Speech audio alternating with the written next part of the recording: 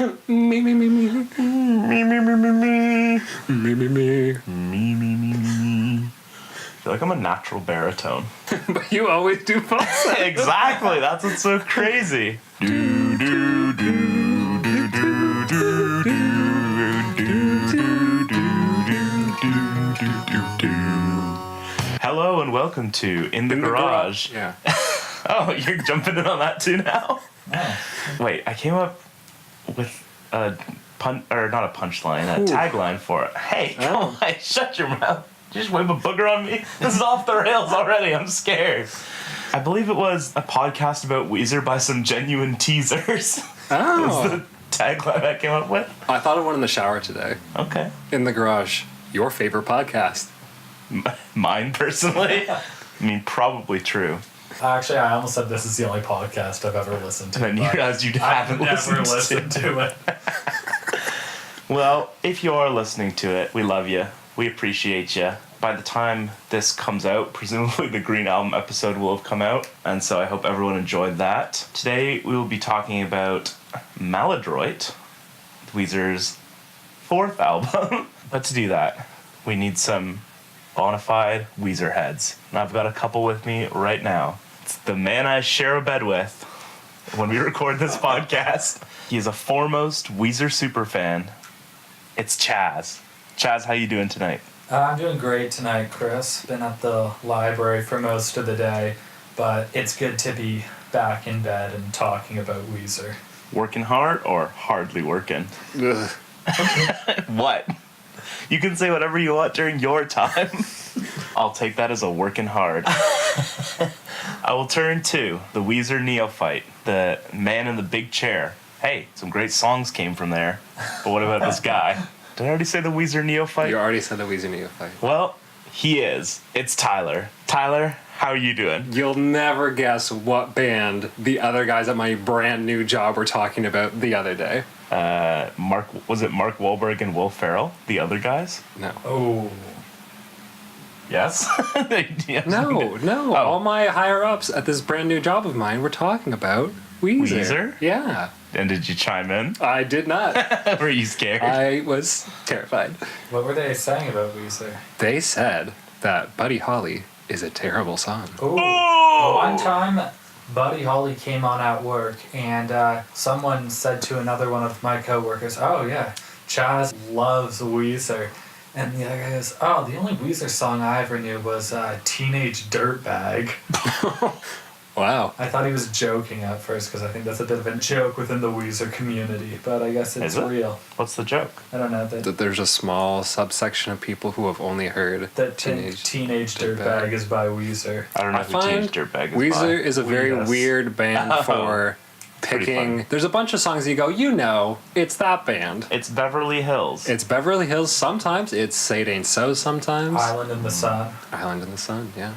And that was the one guy agreed. At the end of the discussion was the one guy saying, you know what? Island in the Sun was all right. That Buddy Holly song is bullshit. But Island in the They Sun's did not alright. like the part where he goes, ooey-oo. Yeah, actually, that...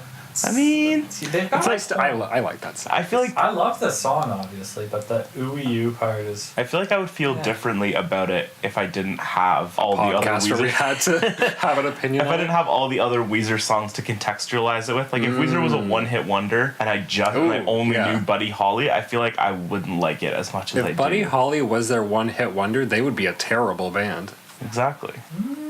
It's worth thinking about. Putting out 11 albums and having one hit, that'd be not great. That'd be bad. We're not talking about Island in the Sun, although I mean, We might. we'll get into this. Chaz really wants to talk about Island in the Sun today, but today we are talking about Maladroit. So this is an interesting album in the Weezer discography. Some consider it underrated. Some consider it not that good. Some people... Are there more than those two camps? Yeah, some people probably feel neutral about it, I assume. It's a very accurately rated album. Do you have some general thoughts on this album? We'll talk a little bit about the history and stuff in a second, but are you a fan of this album? Do you think it's underrated in the general Weezer canon? Yeah, I think it's underrated depending on where you look. That's true. I feel like some Weezer fans, a lot of them think it's one of their worst albums. I've heard people say it's their genuine worst album, which I would very much disagree with. There have definitely been some times where I felt like this album is one of my favorite Weezer albums. Then other times where I didn't necessarily feel it was a bad album, I was just enjoying other albums more than it at the time. Okay. Yeah, I think it's got a lot of really cool instrumentation stuff on it. Some of the most unique, most interesting out of all of Weezer's discography. And I think some of it does kind of sound dated, like very 2002-ish. Overall, a lot of the songs, even though they do sound dated, still are quite enjoyable. Yeah, absolutely. And we will we'll dig in, of course, to the meaty bits. But like you said, 2002. Do you know when it was released? May 14th, one day before the 1-year anniversary of the Green album. That is exactly right. May 14th, 02, almost 1 year to the day after Green.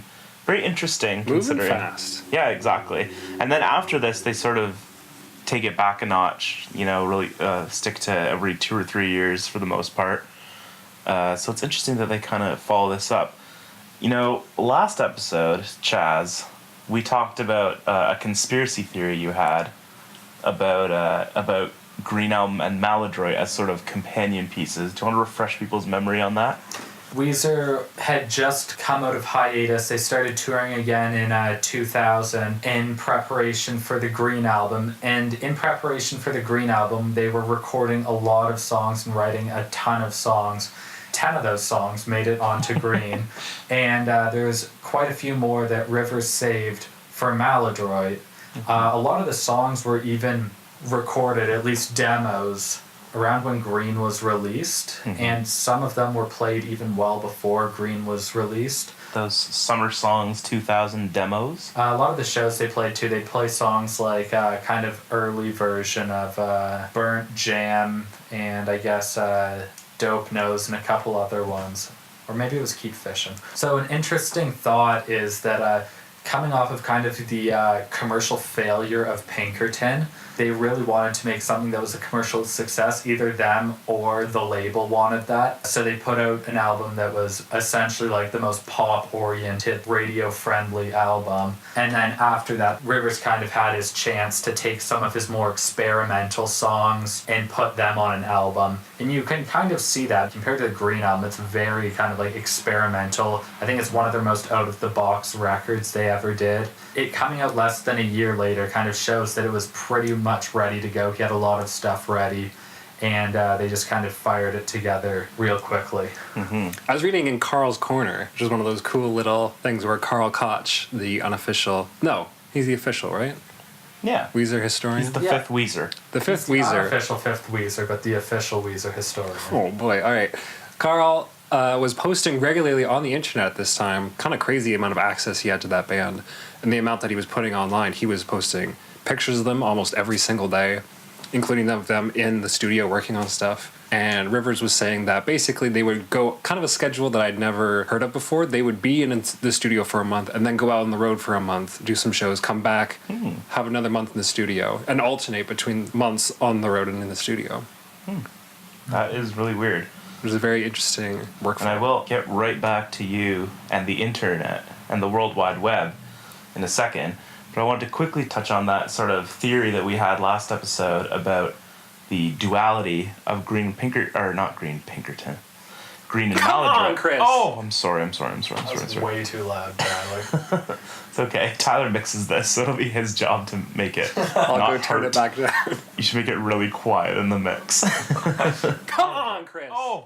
He'll be So- like, what the fuck are you talking about? You say it's way too loud. So when I was doing some research for this album, I came across this pretty cool interview that Rivers did in Guitar World. And one of the things, I think it's actually Brian that says it, he says directly that Green is them reaffirming themselves, like who Weezer is as a band. And then with this album, they were sort of able to move forward from there, which I think is a good way to look at it.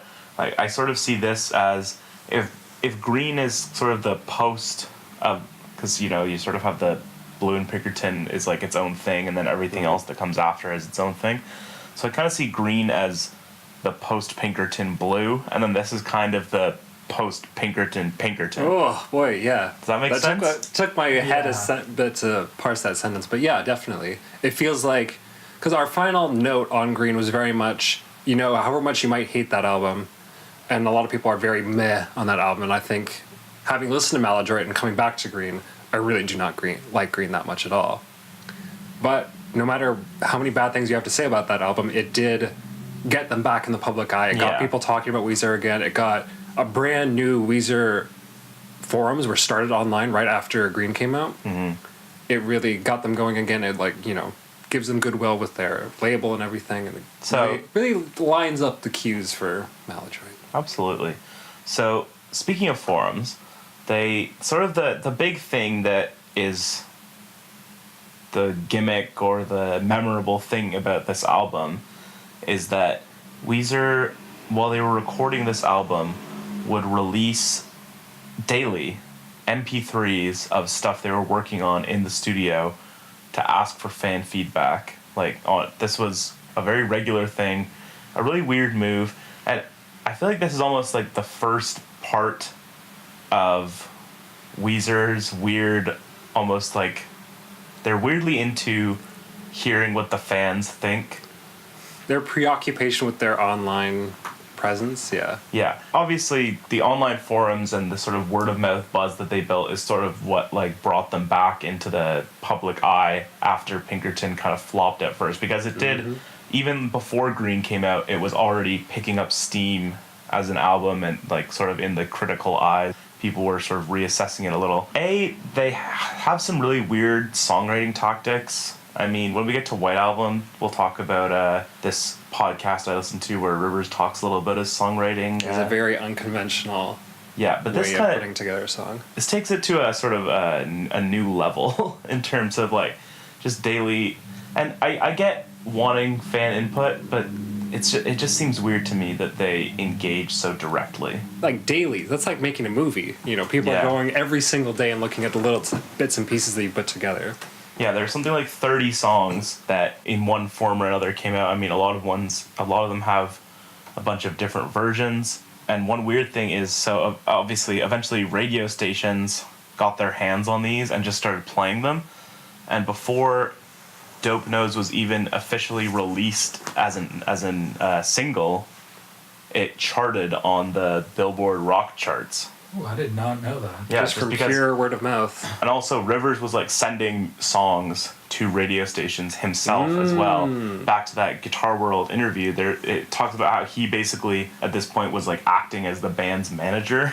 I mean, that's pretty indie. Labels like to be on top of that kind of stuff. Mm-hmm. And from everything I've heard, when an artist goes around distributing their own stuff without the label knowing, they do not like that. Well, that's exactly right, because the label put out a gag order, made Rivers or wanted him to apologize to the stations that he had sent this music to. He was basically whatever, and then obviously the fans were very unhappy. They were making petitions free Maladroit. That was a big thing, was free Maladroit at the time, because obviously they felt this personal connection to it. As it turns out, the band and the fans disagreed on a lot of stuff. The one big thing that Rivers points to as a sort of direct fan contribution was revisiting Slob, which I guess they had previously played back in 2000, played on tour and stuff, and fans were really into that song and were saying do Slob, and so it was something that he hadn't thought of revisiting before that. But yeah, at this point, I feel like they are a little bit divorced from that sort of machinery of the music industry. It feels like both musically and in sort of this weird underground way that they're going about making the music, that they are sort of closer to an indie band. There are definitely parts of this that reminds me of early 2000s indie rock, which was sort of a burgeoning scene at that point. There are moments encouraging fans to pirate your stuff and spread it around. And yeah, absolutely. And musically as well. There are points on this album that do make me think of The Strokes or something like that. Yeah, for sure. Big Strokes vibes on this album. Absolutely. And it was inspired by 80s rock, but more the commercial side. Rivers does, Van Halen, Does he Scorpions. Our favorite band. When I was writing this down, I was very much thinking about. Does he mention Guns N' Roses? He doesn't mention Guns N' Roses. Oh! The big ones he mentions are Van Halen, Scorpions, and Kiss. Yeah, I have the term Kiss and Kiss-esque and stuff written all over my notes. Of I like You're the a big word Kiss fan, Chad. Kiss-esque is a word I really like. Yeah, that's in here. Did I say Kiss-esque or did I say You said Kiss? Kiss-esque. Okay. Well, yeah, Kiss-esque. Kiss-esque. Okay. Because you're a big Kiss fan, so can you speak to the kissiness of it? Well, I was kind of gonna get into that when we talked about it, but I think some general stuff is like a lot of the solos are like maybe not so much solos, but other parts. Like I think it's in the I think just like Love and Explosion and Possibilities kind of have some really kissy sounding parts to me. Some Kiss-esque bits. Nice. The things that stick out right away, especially when you're coming off of Green, which was a pretty poppy album, pretty by the numbers, like there's definitely a heavier focus on instrumentation on this album. Like even in the mix, this is like the lowest in the mix the vocals have ever been. It seems like at times, like it's definitely allowing the guitars to take the forefront. The guitars and especially the drums is always in my Yeah, head. The the drums drums are really big shine on this and album. it's really great drumming. I mean, we'll get to Dope Nose, but that I think it might be the highlight for me in terms of like great Weezer drumming. And we'll probably have our whole episode on Weezer drumming. On Dope Nose. Yeah, after we're done the album, so we'll go back to the beginning and just do song by song, do like hour-long episodes on each song. Speaking of songs, why don't we just hop right into the songs and we can sort of start to paint a broader picture out of that.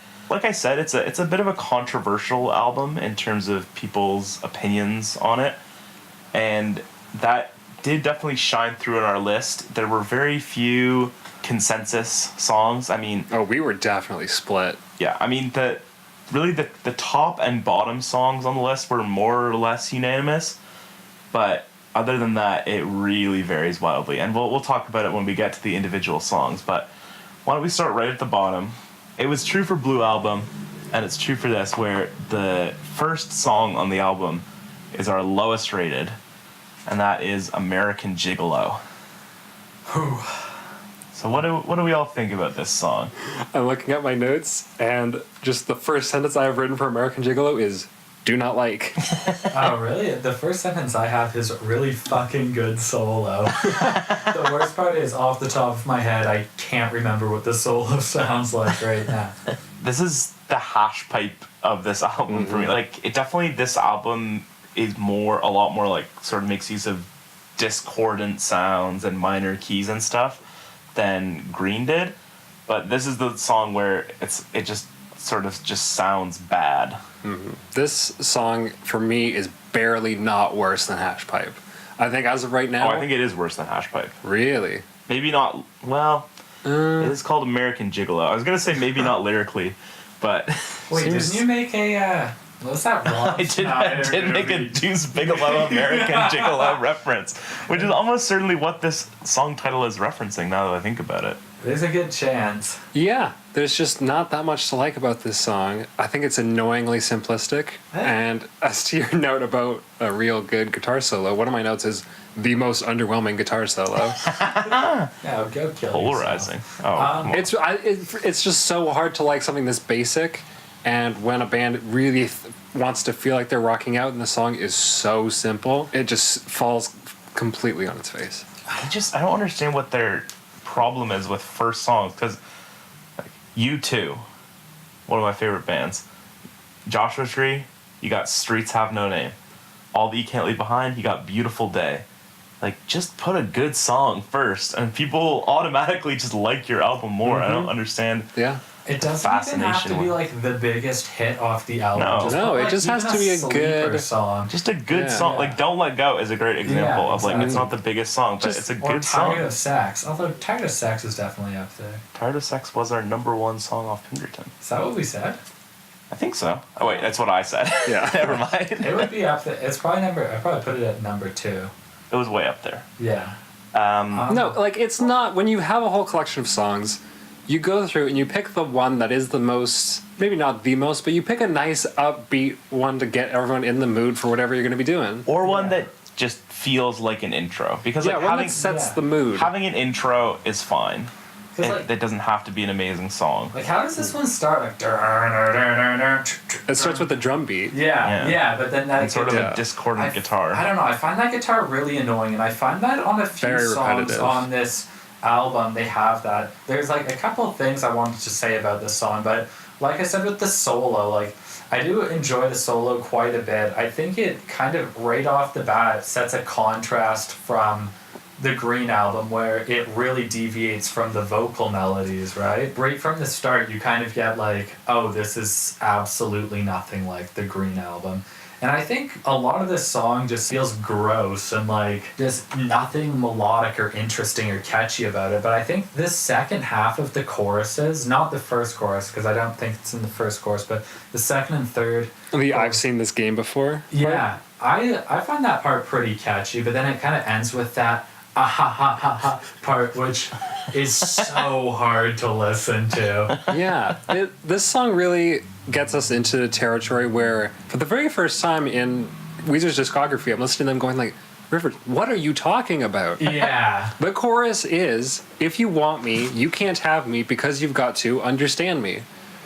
I was like, all right, that's pretty vague, but... And then, I've seen this game before. My love rocks right through your door. There's no hope for me anymore. And he's laughing. Like, Yeah. why are you laughing? What are you laughing about? Rivers, what's so funny? Yeah. Rivers. It's not this song. Yeah. Yeah. I'm not smiling. I'm frowning. Yeah, that part, I would like it, that I've seen this game before part, if it was in a different song. It's a good section on its own, but I also find it weird that he's kind of affecting this kind of half-British accent the whole way through it. You know what I'm talking about? I don't, actually. Yeah, I explain.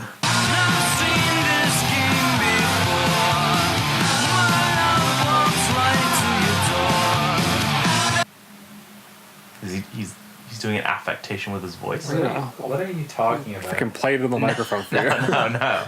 That's not needed. I believe you. Yeah. Yeah, he's singing in a regular kind of half-rappy American voice for the verses. Yeah. This is where they start getting really into like the half rap, which plagues later albums, I'd say. Whenever Weezer does anything approaching hip hop, it's never a good It direction. immediately becomes very cringe. Although And they keep El going there. Scorcho kind of had bits. I think El Scorcho true. was kind of like that, and I don't And think they it, were pushing it. Yeah, that song, it really did not age like gracefully, even though I still think it's a great song. You can kind of tell it's a 90s like half rap, Yeah. like, spoken thing. Yeah. I don't think that makes it a bad song. It's really the opposite of that one song on Hurley. Unspoken. Yeah, something like that. Yeah, I feel Maladroit is definitely held back by a certain number of songs. I feel like it's definitely significant that this is one of the few Weezer albums that's more than 10. I feel like they definitely get Yes. trimmed. It's the first Weezer We album. didn't talk about this. as The very first. 13 tracks. It is. First 3 were 10 tracks. This is the very first album of theirs to have 13 tracks. I think there's almost 3 songs that they could have cut off this album in some ways. I agree. And I think it would have been a better album for it. But In some ways, I This, think. yeah. I don't think there's a bad song we'll get to on that. this. And it's also. I think there's a bad song. I on think- this. I think American Gigolo is objectively a bad song. I don't It's know. not- I think it has some saving grace to it, but it's definitely. I feel like I'm begging for scraps when I like that. I'm like, well, I do like that. I've seen this game before part, but if I have to look at a song and actively look for things that I like, then it's a bad song. Yeah, for me, Yeah. this is also a bad song. I think this is worse than Hash Pipe.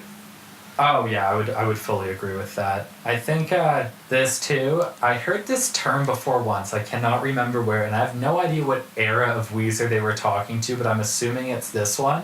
But I heard it referred to as the Booyah era of Weezer, and I think this song and a couple other tracks off the album just kind of scream that. This album through Red or Ratitude would be the Booyah era. Because Yeah. I feel that has a lot to do with early 2000 culture very much moving away from earnestness and sincerity. That's and true. Weezer definitely kind of like stumbles directly into the idea like, oh, it's cool to not care about things. Yeah, but and Weezer just like that idea goes to their head the very worst way.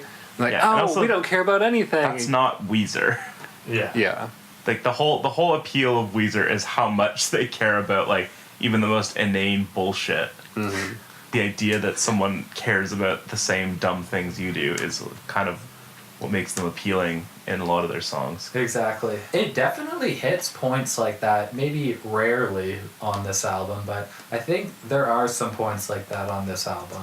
For me personally. Oh, absolutely. No, I don't want to let our feelings about this song color the album as a whole. Of 'Cause course. we will talk about the album We as a whole. talked about our least favorite song first. So. Right, exactly. Why don't we move on a little? There are two songs on this album, two of my least favorite as it happens, that really feel like they're leaning on that 80s rock that we discussed earlier. And this is one of them. It's Fall Together. All together. I'd categorize this one as a booyah track as well. I think the verses are pretty subpar. Part of me likes that kind of pre-chorus or chorusy bit that's like this streamline, main line, fall together part. Mm-hmm. That Get part, I dig that part, but the rest of it is pretty mediocre. I think the solo's kind of got that 70s vibe as well, or maybe 80s. I think it works on some songs, maybe not so much on this one. It's kind of got a bit of a Kiss-esque feel. My least favorite songs on the album are when they really lean into the hard rockiness or the like almost heavy metalness Yeah, I would. of the guitar tone. Like to me, this is them at their lyrical worst. Like I don't think there are more than like 50 words sang in this whole song. This whole album.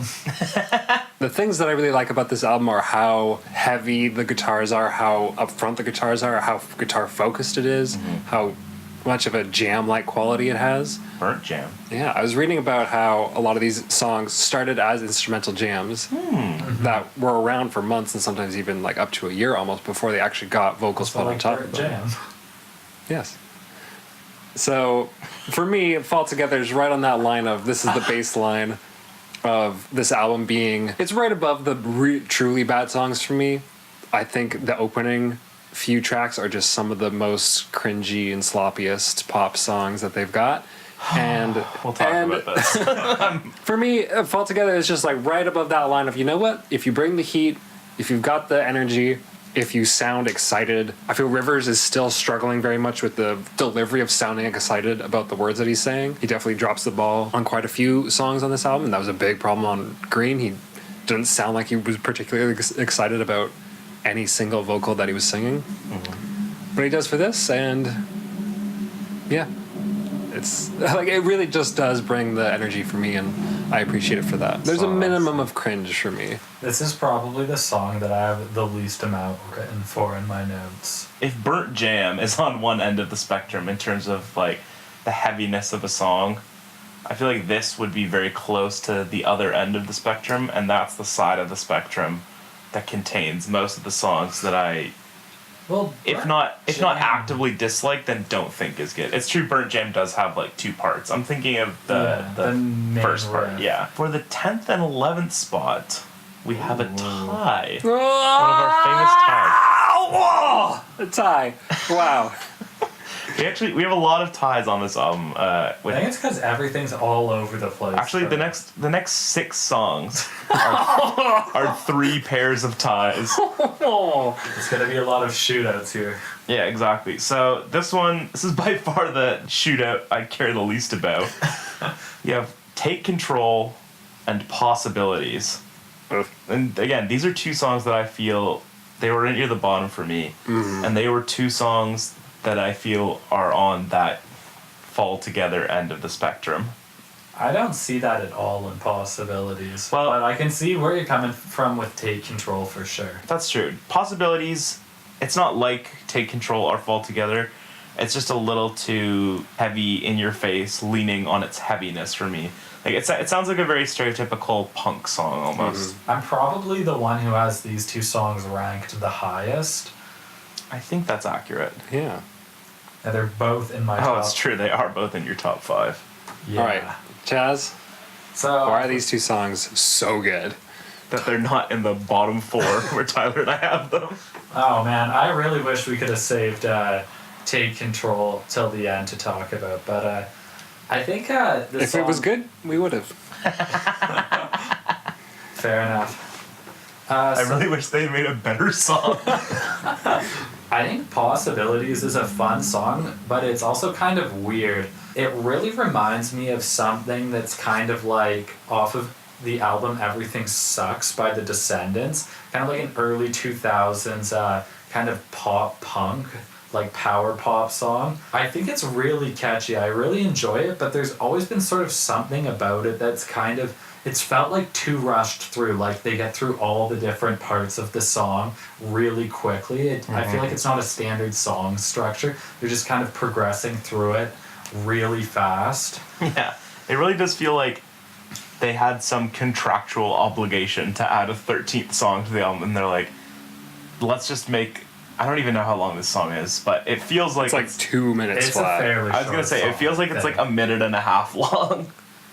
Like Possibilities is 2 minutes and 0 seconds. Yeah, it shows up, it does its thing, and then leaves.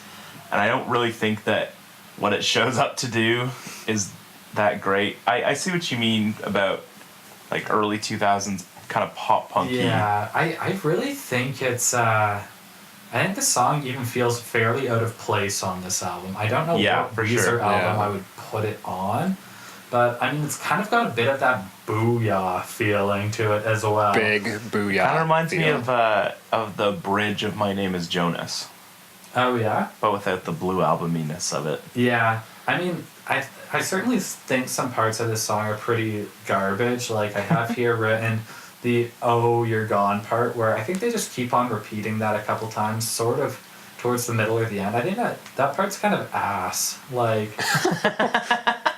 it was always kind of a sleeper track for me, maybe just because it was later in the album. A lot of times, like I'd listen to this while walking around campus. By the time I got closer to the end, I'd be at my class or whatever, and I'd turn the album off. So I'm not as familiar with the back half as I am with the front half. Recently, I've been digging it a little more. Like when we were planning this episode and listening to it a bunch and taking notes and ranking it, it kind of grew on me quite a bit then. Yeah, I don't think it's an actively bad song. I think Take Control is a far worse song. I don't think it has a lot to offer. I feel like we're still a few years away from the time when Weezer got, truly actively bad. I wouldn't But say actively bad. I think they put out some songs that were actively bad. But Yeah, they're definitely much more than obviously in the first 2 albums. There's a lot more songs where I'm like, I don't like this song. I don't want to hear this song. I would never choose to listen to this song.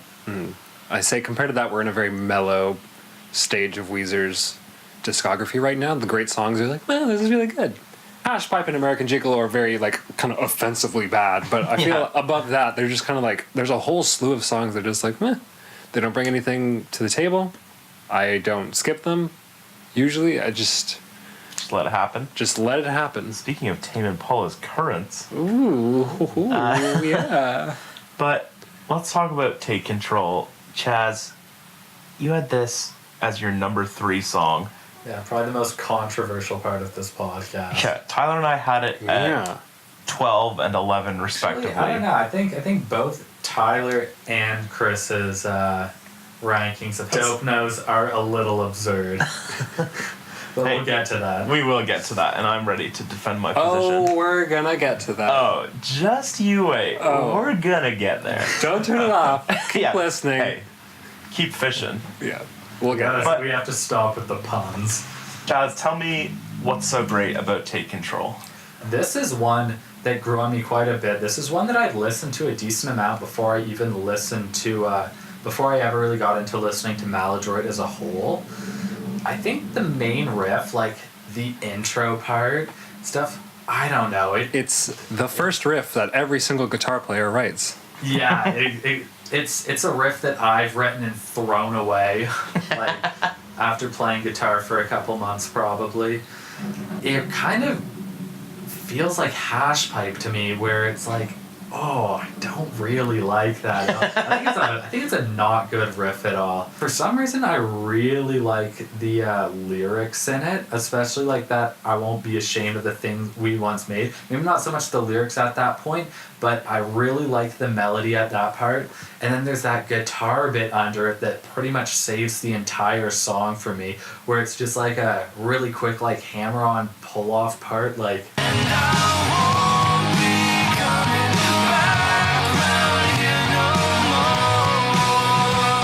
So hard to describe like a specific part like that, but I think that part of the song is what makes it really what makes it rank so high for me, despite really not liking the main riff and that like part that's like everyone that I know take control part. Not a big fan of that either. But Sounds like you really like this song. No, it's all worth it for that one part, I think. Oh, wow, okay. Or, I don't know, there's a few parts in it. I like the solo in it quite a bit, but the song as a whole, I would also say, feels fairly booyah-ish. I think that word's going to get thrown around a lot for the next little bit, but then when we get closer to the top, it's not going to get thrown around so much. The song does end with whoa-ho, so it's about as close to booyah as you can get. Actually, I don't even mind that last bit. I do. The one and only redeeming quality about this song is that it hints at the sludgy, heavy guitar focus part that the good songs on this album have. And for me, Maladroit is really held back by a super poppy opening and a really unfocused end. And right in the middle are these very unique, like a style that Weezer has never ever visited before. It doesn't really ever touch again. Mm-hmm. But it's such a unique groove, and Take Control just, it has that chorus where the guitars just kind of like thud in and sludge through. And that's, for me, that's the only reason to listen to that song, is to get hyped up for what's about to come next. Actually, I'd like to make a quick retraction about what I said, where I was talking about the main riff, where I don't really like it in the intro. I think it works all right underneath the verse, where it's kind of palm muted and you can hear the bass more clearly. I do enjoy that a decent amount, especially with the lyrics that go with it. I think for me, it's just, you hear it and you go, oh, it's A, G, G, A, G, G, A, G, A, D, A. You're like, oh, that's what, as soon as everyone becomes comfortable with like that bottom position of chords, you write that and you go, oh, like I'm playing guitar to do better things, and you move on. Yeah, no. And they took that riff and made an entire song based on it. Yeah, I feel like you're really not wrong when you say like every single person who plays guitar has written that riff and that exact one and that exact phrasing. Yeah. Okay. Well, let's come down to the shootout. You got Take Control, you got Possibilities. Chaz, what's your pick here? I'd take Control. Tyler? Possibilities. I'm a Possibilities man as well. I think I can accept that. I definitely see that Take Control is probably objectively a worse song, but there's just something about it that I've always really liked. It's not unreasonable. Take Control, it actively offends my sensibilities more than Possibilities. I don't think either of these songs is very good. Possibilities, like, you can just kind of hear it and be done with it. Whereas Take Control, I think, is a bit of a struggle. Gets under my skin. On to the next tie. Yeah. This is for the 8 and 9 spot. This is an interesting one. You got Love Explosion and Space Rock. Why don't we start with Love Explosion? I'm really torn on this song. It's a very album cut, is like the phrase that's in my mind for this song. I really dig that main riff. I think it's just, it's a groove. It's a bop. I hear that line, they've been wanting to kill you in your sleep, and it's one of those classic Rivers lines that makes me go like, Rivers, what are you talking about? What's going on? Who's been wanting to kill you in your sleep? Rivers, what's wrong? Rivers! I like that main riff, but for me, all these songs are kind of defined by their place in the album for me, and Love Explosion is kind of that point where it's like, oh, that whole like, oh man, we're just jamming out, we're just vibing, like that mood has kind of run its course by the time we get to Love Explosion. It's kind of like, all right, let's wrap it up here. Yeah. This song and Slave, which we'll talk about in a little while, They kind of most exemplify the sort of definitive sound. We talk about a lot songs that sort of sum up the sound of the album in a song. I think Love Explosion is one of those. It's more on the poppy side, I feel like. It's more on the light side. But yeah, I just dig it. I think it just grooves well. It's catchy. It's fun. It's upbeat. Those are the things I like about the sort of bulk of the album. And so I'm down with this song. I think this is definitely one of the ones where at least like the verse melody sounds very kissy, like the Take a Listen Around You part or whatever at the beginning of the verses. I think that's a melody that sounds like very early Kiss. Every time I hear this song, it's like the first couple notes of the solo are just like, oh, it's going to go into something really cool. I love where this is headed. And then it instantly changes direction from where I see it going in my mind. And I really don't like that direction as much. I'm definitely with you on this with you on this song feeling more like an album track. I think I agree with you, Chris, on this being one that kind of personifies sort of the album tracks in this. I think there's, like with Green, it was more obvious because almost all the songs sounded very similar. But this one, there's a couple songs that have a really like hard guitar in the intro that just kind of like gets in your face. So you kind of got to throw those out when you're calculating an album, like a song that kind of sums this album up. Yeah, it really does, like I said, it feels like it's sort of very much a spectrum between two poles rather than just one in the middle thing. Yeah, exactly. I think this song is one of those songs that kind of comes in and does what it needs to do and then like gets out. I don't think there's anything too particularly special about this song, but I do think it's still a pretty solid song. I'd agree with that. I still think a lot about the fact that this album was basically workshops with a crowd, with fans, as they were moving through it. And I just keep thinking, if I had been one of those fans, it really would have been like guys, keep it to 10 songs. Because you guys so clearly are at your best when you're just tracks 1 through 10, you do it, you're done, you say your piece. And just, I feel this album is so held back by the fact that it's 13 whole songs long, and they're just songs where you just are waiting for it to be over. I do think that if you take the 10 best songs off this album, maybe the 9 best, that it's a significantly better album. By far. I agree with you guys to some extent on that. Not the part where it's like, oh, please let this song be over soon. Because I don't think there's really any song that's bad that's that long. I think all these songs at least have some sort of like redeeming quality to them. Yeah. So I feel like even when I'm with like listening to the songs that I don't enjoy so much, I'm like, it's going to be over soon. And before it's over, it's going to get to that part that I like. Yeah, I think that's a reasonable, especially since compared to Green, the guitar solos are a lot more interesting. Oh, even on the worst songs, the instrumentation is a lot more dynamic than Green ever was. Oh, exactly. yeah, like the instrumentation on this album is huge. I think it's some of the best instrumentation on any Weezer album. For sure. Let's get to Space Rock.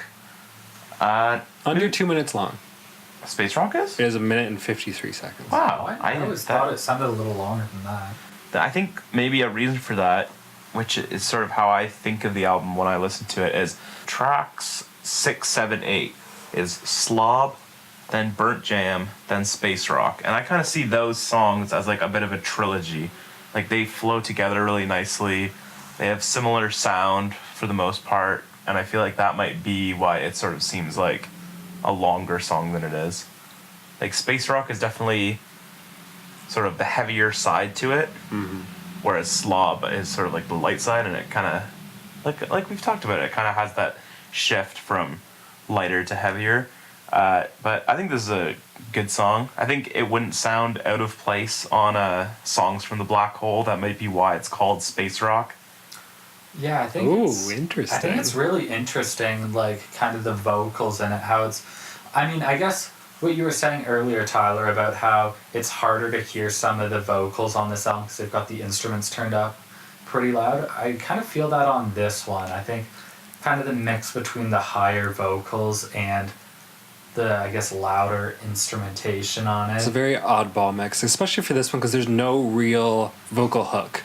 Yeah, there's not. He's just kind of singing away. It's kind of like one of those songs that I think is interesting despite there being like not that much special about it, and I still dig it quite a bit.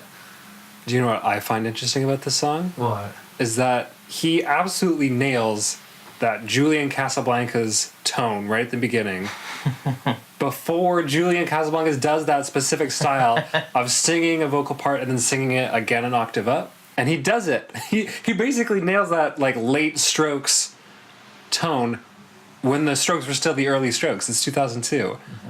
But He then does it the once. Strokes didn't get good till their last album. No! We'll talk about that on our Strokes podcast. It's going to be all recorded in this room, and it's going to be called A Room on Fire. Oh, that's really good. Let's put a pin in that. Yeah. So, yeah, I just find it super odd, because it's a very distinct sound where you sing a line and then you sing it an octave up, and it has and he sounds like he's singing from inside a locked treasure box, which is the Julian Casablancas signature tone. And that's about that for that song. What was it getting compared to? What? What's the shootout? Space Rock and what song? Yeah, Love Explosion. let's get to the shootout here. Space Rock and Love Explosion. I'm a Space Rock guy. I think it's a really cool song. I think there's a lot to like there, especially as sort of a part of that three-piece dinette set. Yeah. We'll talk about Slob and Burnt Jam later, but I'm a Space Rock guy. Tyler? I'm going to put Love Explosion up there. I think there's a bit more meat on those bones. Chaz? I think I would have to go for Space Rock. I think Love Explosion is a weird song on this because I initially had it at number 7, which was 2 positions above Space Rock at number 9. And then I did some rethinking, and I just kind of kept moving Love Explosion down. Now I have it at 10, which is 1 place before Space Rock. So I think I'm going to go with Space Rock. Yeah, Love Explosion it's definitely is very solidly a middle of the pack song, as is Space Rock, but Yeah. I just think there's a little bit more of interest in Space Rock. Yeah, I think Space Rock and Love Explosion are 2 songs that I'm less familiar with off this album. So when I listened to it a bunch of times over the past couple days, some of them were kind of growing on me, or they'd be like, wow, I never noticed this song before, but then it would kind of quickly fade. So I think some of that came into play with that there, with a lot of the stuff changing up or changing positions. Yeah. Of the 3 ties, I feel like these 2 songs, maybe just because they are like fairly different songs, although the next 2 songs are quite different as well. They do feel like they should be tied. Yeah, I would fully agree with that. I have no idea what the next tie is, but I think these are closer to a tie, certainly, than whatever it is you're going to say. Well, I was going to say, then Take Control and Possibilities. Let's get to the next tie. This could be explosive. So Oh, you should have said that with Love Explosion. okay, sorry. Yeah, Chris. Let's edit that out. That was a shit joke.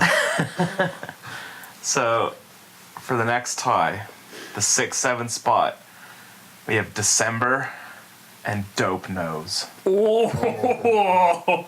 So let's talk about December first, because I think Dope Nose is gonna be it's gonna be a hate explosion between Tyler and I. But let's talk about December first. This is the last song on the album. It's definitely, I'd say, the most chill song on the album. Is that fair to say? Yeah.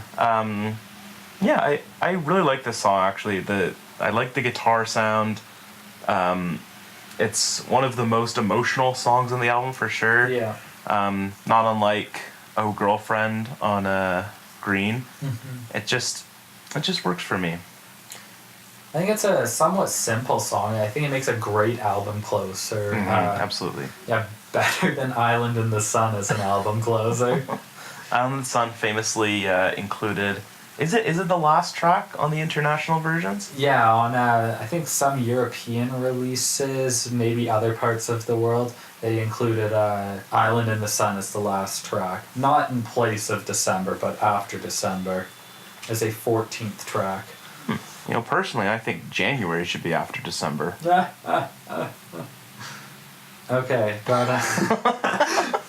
that Okay. went to lukewarm reception, sarcastic reception, I guess.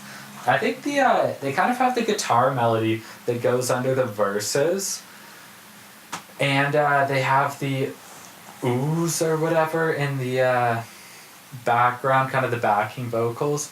I think I actually wrote this down before I realized the irony, but this song almost reminds me of a Christmas song, which is kind of fitting given the name is December. I think it is, yeah. Shut the fuck up. It's time for In the Garage with Chris and Chaz. Don't say that. Yeah, I can't wait till you guys edit and release it. Okay. Because you have SoundCloud Pro. I'm just kidding. We love and value your input. We do. I really like the solo, but I feel like it's too short. Most of the solos on this album, I feel like they're a good length. But this one here, I feel like it could be a little longer. I have this at my number 4 spot. I really do like this song. Looking back at it, I've got Dope Nose quite a bit lower. And I don't know, I think there'd definitely be some days where this song and Dope Nose could definitely change positions on my list. This is such an odd album to talk about. This and Green, I found both these albums have just kind of washed over me, where I'll come and sit down and like, oh, there's just some observations about some of these songs, these are some observations about some others, but overall, I find these albums are more interesting in the overall story of Weezer. Mm-hmm. Yeah, I definitely. And in terms of the actual songs, it's just kind of like, didn't love it, didn't hate it. See, that's interesting that you say that, because to me, this is the first album they have where it's not really about the story of their career. And maybe it is a little bit as the follow-up to Green, but I think when you look, I mean, obviously Blue being their first album, and then Pinkerton is obviously a huge aspect of their sort of timeline, and then Green is their return. I feel like this is the first album that sort of stands on its own as a piece of work. Although I more meant is part of the story of Weezer, and this is when they start participating in the online community. This is when they start trying out new things. They start alternating touring and recording, things like that. Yeah, I think this is a really interesting point in the Weezer timeline. I think they were trying a lot of interesting things, like you said, with the online stuff. They're really kind of getting out of the box with it. A couple of years ago, someone, I believe he posted it on 4chan, he said, hey, I have this Weezer song that Rivers Cuomo sent me back in like 2001 or 2002, because we were talking online, and I haven't been able to find it anywhere else. So this was only a couple of years ago, and he posted the song, and it was like no one had heard it yet. I cannot for the life of me remember what it was. It was something from this era, though. It might have been something related to Green. I think it was a longer, more extended version, or a finished version of something that was already... a demo. Yeah. Cool. Anyways, moving No, on. this is Weezer is a super interesting band because they were right there to be a part of people realizing, oh, we can talk to other strangers on the internet about some band that we all like, and they were one of the first bands to be able to like participate in that. And they always had the desire to be savvy and hip to the tech and be online and doing all the stuff with the kids. Yeah, Weezer's during always had a pretty good internet presence, I think.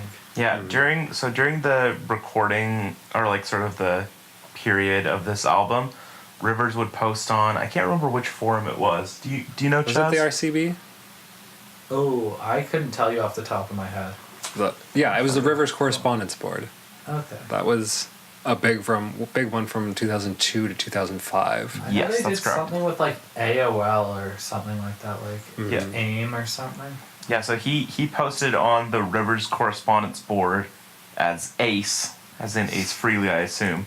Ooh, And I'm basically, getting a lot of Ace Frehley vibes off this. You know, we already talked about its kissness. Let's it's kissiness. What the interaction was like was Rivers basically shitting on Blue and Pinkerton while the fans were like, no, this is good. Like, Hey, stop this that. new stuff isn't that good. The most famous being him talking about Only in Dreams. I have a picture here. So basically he quotes the lyrics, only in dreams we see what it means, reach out our hands, hold on to hers. And then he says, just in all caps, gay, gay, gay, Disney gay. admit it. So, Which is great because these are the months where they are recording Maladroit. and also these are the months where they're like, he sort of goes from being more positive towards Pinkerton around this time. Again, in the Guitar World interview that I've referenced a couple times, he basically says like, it is what it is, like I put it out there and like I think it's good, basically is what he's saying. And then like 3 to 5 years later he's like, that album sucks, it was a big mistake. It's such a weird loop too because people now are being like, hey, so you've been crapping on Pinkerton this whole time. And he went, then he goes, why are you holding me to like some weird forum comments that I made like 9 years ago? Yeah. Why would you, like, I just said that and now I feel differently. Yeah, it does. It really does seem like his own opinions of his stuff changes a lot. Drastically. Yeah. He really went on that forum and people were going, hey, you know, we really like Blue. Blue means so much to us. And he went like, it's dumb. Like, it's not a good album.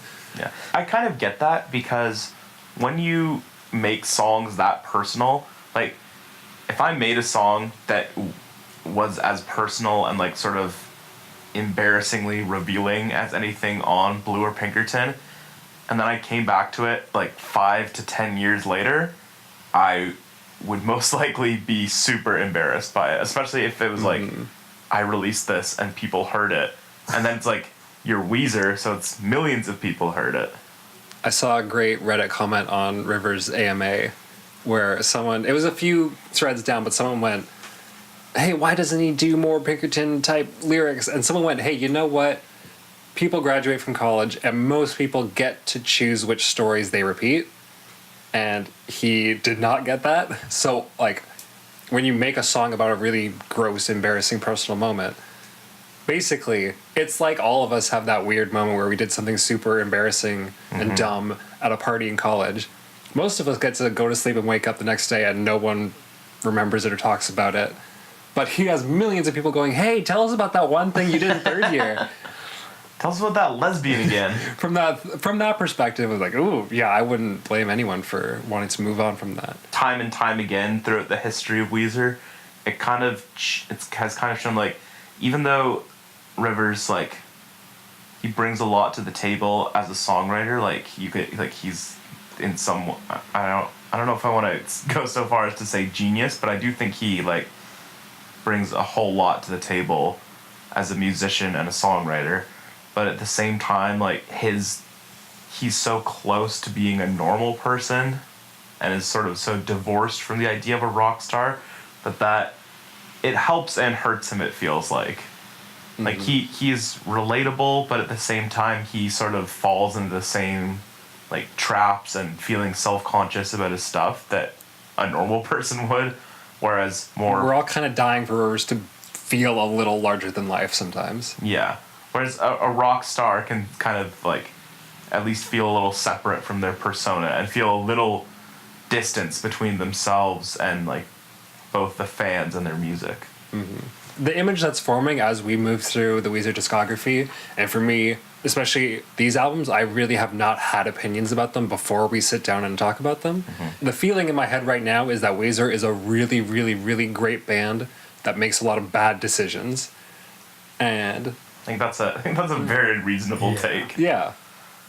So I feel that brings us to our next. Hey, wait a minute.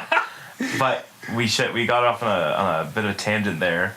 But let's talk about it. Let's talk about Dope Nose. Do we have to? So here's the crazy thing about this is that I had this at number 1 on my ranking. It's a toss-up. I could easily have it at number 2, but it's definitely the top 2. Tyler, you had it at number 13. It is my least favorite Dead song. bottom. It's worse than American Gigolo to you. Mm-hmm. Do you want to start or should I start? I think you should start. So, I think this is an awesome song. I think this is the best in terms of the amount of Brian. I think it is the best. Definitely, at least post Pinkerton, it's some of the best guitar work. It's by far the best drumming. The drum pattern is insane and really cool. Like, it's some of the best. It's one of the best crafted songs of the post Pinkerton era, I feel like. The lyrics, I'm a little iffy on. They can be dumb at times, but it sort of works because the song is like very poppy and like over the top and going for it, and it's just a really good song, and the solo is awesome. Yeah. There's so much to like in this song, and I'm truly shocked that you have it so low. I have a question for you, Chris. Go ahead. What is this song about? Song is about What's a dope nose? What? Like, when you have, like, cocaine on your nose or whatever. Is that what he's singing about? I don't know. Is he singing about coke? I'd say this. I don't know if it is, but there was no actual, like, notes with the editor, or no lyrics with, like, Rivers Cuomo's notes on them. Annotations. I agree the lyrics are a little nonsensical. To me, like, this like, kind of just feels like a sketch of, like, a day or a week, like, in life. Like, there are certain lyrics where if you hear them, you just sort of harkens you back to probably a certain time in your own life that just sort of, that, like, you associate with those lyrics. Like, Cheese smells so good on a burnt piece of lamb. piece of what? Piece of jam. I mean, I'm not going to argue with you that that's a stupid line. I'm not going to argue with you that, by and large, the lyrics are not very good. I think the lyrics fit well with the song, and I feel like I do feel like there are some good lyrics. You're like, I mean, the entire first verse, like, dead on my head, wasting time on my own, sleep rescue me, take me back to my home. I think those are perfectly good lyrics. I mean, Yeah. they're not gonna blow any brains, but it's basically about, like, enjoying life almost, like, in spite of any shittiness that might befall you. Yeah. And I mean, and also this song was written at the same time as Hash Pipe, famously, where he took a bunch of Ritalin, drank a bunch of tequila, and then just paced around and then wrote 2 songs. Yeah. And one of them was Hash Pipe and one of them was this. And I think this is definitely the better result. Least favorite songs off Green and That was a bad night for Tyler. It definitely... No, I can't believe I haven't mentioned this yet. It definitely has that... I feel like it follows up on that vibe that Maladroit has. Just... It has both positive and negative elements to it, of this feeling of... You can say listlessness or helplessness, and on the brighter side, it's just like, just hang out, man. Like, It feels like some part of it is just at rest, and so, like, someone is just content to watch the whole world go by. And sometimes it's like, some songs like Slave, where it's like, what's the point of even doing anything? Like, nothing changes or anything. And there seems to be a weird, do you get what I'm saying? That weird, Dichotomy? yeah, a weird sense of just stillness to the lyrics, especially in what he's trying to say. Yeah, I think that's reasonable. This song, to me, is just even more annoyingly simple than American Gigolo. See, that's so crazy to me. I don't think of it as a simple song. Like, I think the just the pattern of the riff, like the dun dun dun dun, like, I think that is by far the most, like, distinct and memorable bit of guitar work on the album. Like, I think the main sort of the OOOs with the guitar and the drums, like, I mean, I'll play the drum pattern for you later. It's a really cool pattern and, like, really technically I'll difficult. give you the drums for sure. Pat really shines on almost every single song, and on this album in general. I think this is, like, the best Pat drums performance. I mean, like, you can maybe talk about Only in Dreams, but I think this is way up there in terms of his drum performances. And the guitar work is great. I will absolutely agree with you. The lyrics are not great, and at times are outright stupid, but I feel like the song is good enough. I mean, it's kind of like El Scorcho. I was just gonna Like, say. El Scorcho has some really dumb lyrics that don't really make that much sense, but it kind of works with the song, and the song is good enough to overcome that, and I feel like that holds true here as well. Chaz, was this their first or second single? Off the This top? was the first single, Yeah, I'm pretty sure. I'm pretty because sure it was it was. released before, we talked about it a little earlier, it was leaked to radio stations Yeah. Okay. and charted on the rock charts, and then... Yeah. It has that music video with the biker gang. Yeah, I actually really like this music video. I don't know why. I think it's a pretty cool music video. I don't know. There's just something interesting about it that kind of always got me. Although Scott's stance he does kind of makes me like, oh, he has his like legs spread way wide open. He's leaning like back. I don't know. Scott seems like a great guy, but I'm not a big fan of that stance. Although this song though, Yeah. got some. Yeah, Chaz, you've been pretty quiet about this song. Where do you stand on it? I think. So let me pop in here quickly. Yeah. Dope Nose released March 26th, 2002. Okay. So the album came out in May. So this was definitely a foreigner. Only 2 singles from this album. Yeah. Dope Nose in March and then Keep Fishing in September. Oh, Keep Fishing was that late after the release Yeah, of the it's album. weird. I did not know that.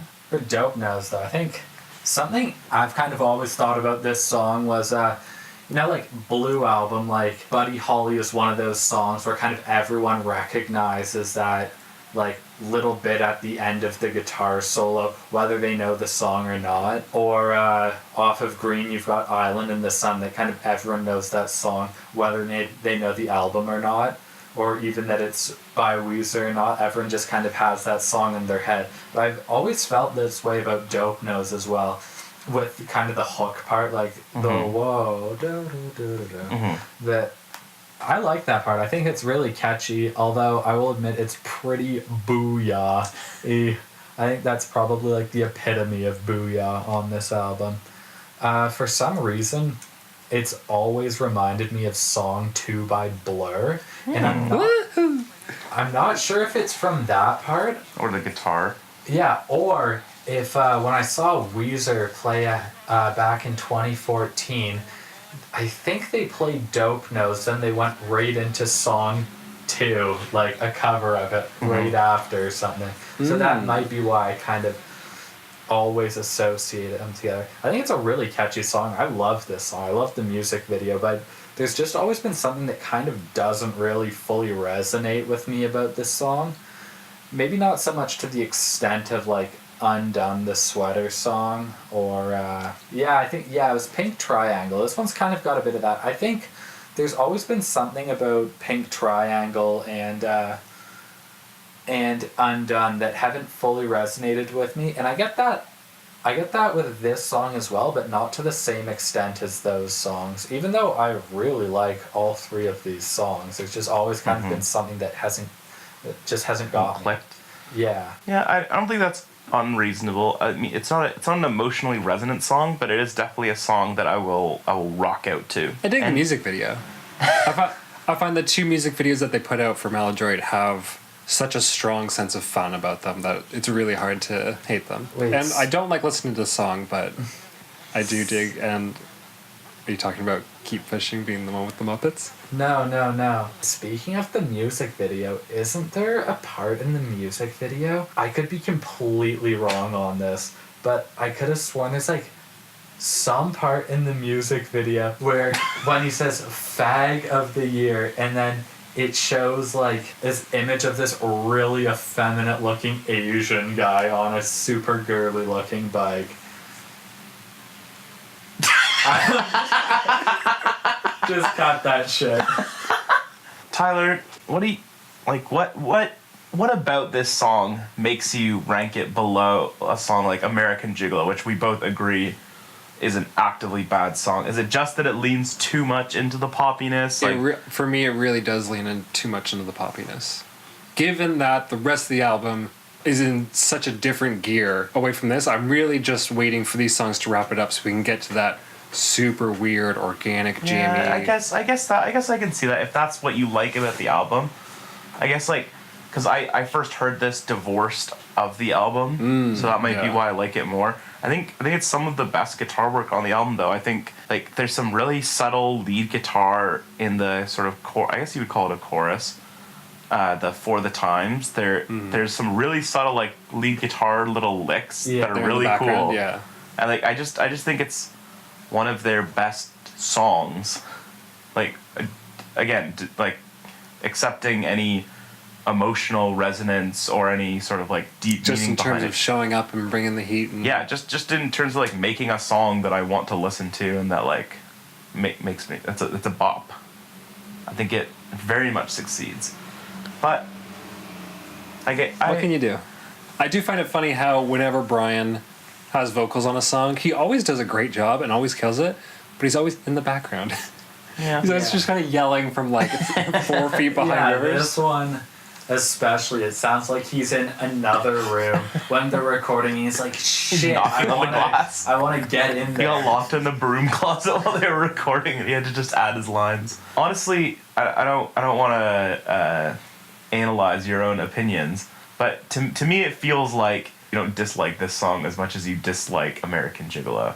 Is that unreasonable? I mean, I don't know. I think that you would much rather hear this song than hear American Gigolo. That might be true. Okay. Then all I again, wanted to hear. how can anyone know what anyone's feeling? So. It's true. It's very true. I don't want to assume your opinion, but I was shocked that this was at the bottom of your list. Let's have our little shootout. We've got December. We've got Dope Nose. I assume that Tyler, you're going to say December, I will say December. and I know I'm going to say Dope Nose. So Chaz, what's your take on the subject? What's it gonna be? We have talked about how you do feel that you could maybe swap these songs on your list at will. Yeah, I mean, for a song I'd rather just put on one song and listen to that instead of the whole album. I would almost certainly say Dope Nose. But kind of the way it fits in with the album, and I guess kind of, I don't want to say the complexity of it, but I think I personally like how December fits in with the album as well, although I'd agree with that. I don't know, I kind of like Dope Nose near the beginning too. I think it fits really well in with the beginning, and December fits really well with the end.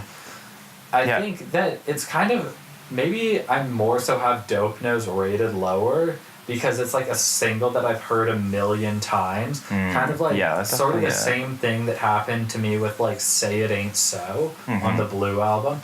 I've heard it 1,000,000 times and I know it's supposed to be a great song, but I don't think I think it's still a great song, but I don't think it lives up to the hype of what it is. Yeah, I feel like a bunch of our rankings with these songs are much more a reflection of who we think Weezer is and what they're trying to go for. That's very true. With that specific, like, my opinion on Dope Nose is more my opinion on what I think Maladroit is and what it could have been, and where Dope Nose fits in that picture. Yeah. More so than, I'm not, as an individual song, it's less. Yeah. That's less of a, I will also say, because you mentioned it being near the start, I think that if you removed American Gigolo and this was the first song on the album, that would be a way better album and a way better opener. If you cut out Possibilities, American Gigolo, and maybe Space Rock, just because it's so short. I would honestly leave the rest. I think the rest is fine. But it has to be 10. I think this is one of the defining songs of this album. Like, if I had to choose a handful of albums to kind of give someone a taste of the album, I think I would choose this song, Burnt Jam, Keep Fishin', and Take Control. Yeah, I'd maybe throw Slave in there. We'll talk about Slave in a sec. Chaz, did you give a final verdict here? I mean, for me personally, I'd say December, but I'd say the album as a whole, I guess I'd say, well, I almost just said that December fits in better with the album. You did say that. I don't know, I think as a better representation of this album and where Weezer was at the point, I would say Dope Nose. But if you need a definitive one... I need a final answer. For my personal list, I put December as higher, even though at any point that could change, so you're going with December? I think I have to. All right. It's written down. Can't say I'm happy, but I won't contest the results. We're in the top 5. Ooh, already? Wow. I know. Feels like we're really slogging through those showdowns there. Yeah, that middle was a bit much, but we're here. We made it out on the other side in one piece. This podcast is really testing my ability to, like, tell if one song is... like, if I like one song, like, qualitatively more than another. Yeah, it's hard. It's a real exercise. It's a thinker. It's a real stinker. That's very rude of you to say. So the number 5 song on our list, No More Ties, is Slave. Wow. Chaz, you seem shocked. You had this in your bottom 3. Oof. Did I? Wow. Okay. What do you think of this song? I think it's a somewhat dull song. I mean, I think the verse is fine, but that, like, Who put on your heart, where it kind of just repeats. I find that so boring. I mean, I don't think there's anything like bad about this song. I just think it's very lackluster. I like the bridge a decent amount, but I don't think there's anything too remarkable about it. I like the end bit, kind of near the end, where they're just like, love barely alive a bunch or something. I don't know.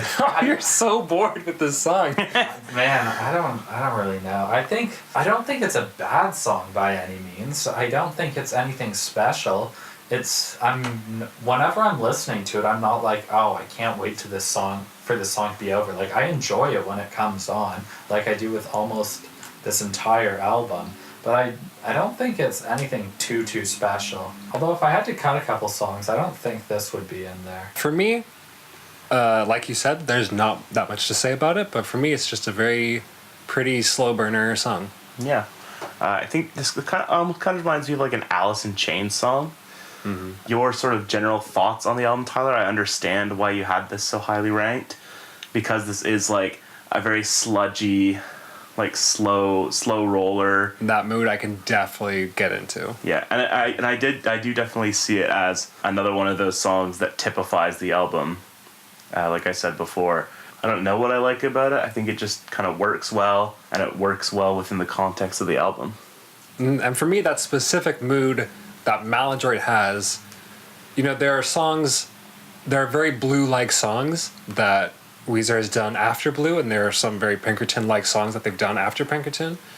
There's a type of song that they've done a bunch of different angles on, but this specific tone, this like almost kind of like indie rock or metal, almost, that treatment, they don't really ever revisit that style again. So for me, that's what's special about Maladroit. So whenever they hit that mood, I'm really there. Smashing Pumpkins comes to mind. Maybe it's even like less poppy than some Smashing Pumpkins songs. Like probably a year or two after this album comes out, you have like Funeral by Arcade Fire, and that's sort of when indie rock gets a little bit more peppy and a little bit more orchestral, like sort of baroque in its sound. Like I think indie rock at this point kind of has that melancholy vibe. Like one album that's from the same era that this album kind of makes me think of sometimes is Yeah Yeah Yeah's Fever to Tell. Like it does evoke a very specific mood, which I think definitely is indie rock inspired. 2004 is really the kind of watershed year where a very specific sound becomes associated with indie rock and eventually becomes part of the mainstream. But yeah, a like bunch 2004 to 2006. 2006. It's a huge year for you've got, Hot Fuss. and it's very much like a brighter, more upbeat sound, I feel, becomes like the noise of indie rock, and it's like, oh, this is what we want to hear more of. Yeah, so I find it very interesting that this comes out only a few years before that. Yeah. Michigan by Sufjan Stevens comes out in 2003. Oh, like 2003. Yeah, but yeah, like on all Fire in 2003 as well. This is really at like what's very close to like a big turning point in rock music. And new generation of rock. Yeah, really. exactly. Yeah. And very much like a huge departure from this. And I mean, like Weezer themselves never really comes back to this, which I think like it is a very interesting sort of weird relic of a very specific time, like a turn of the century time.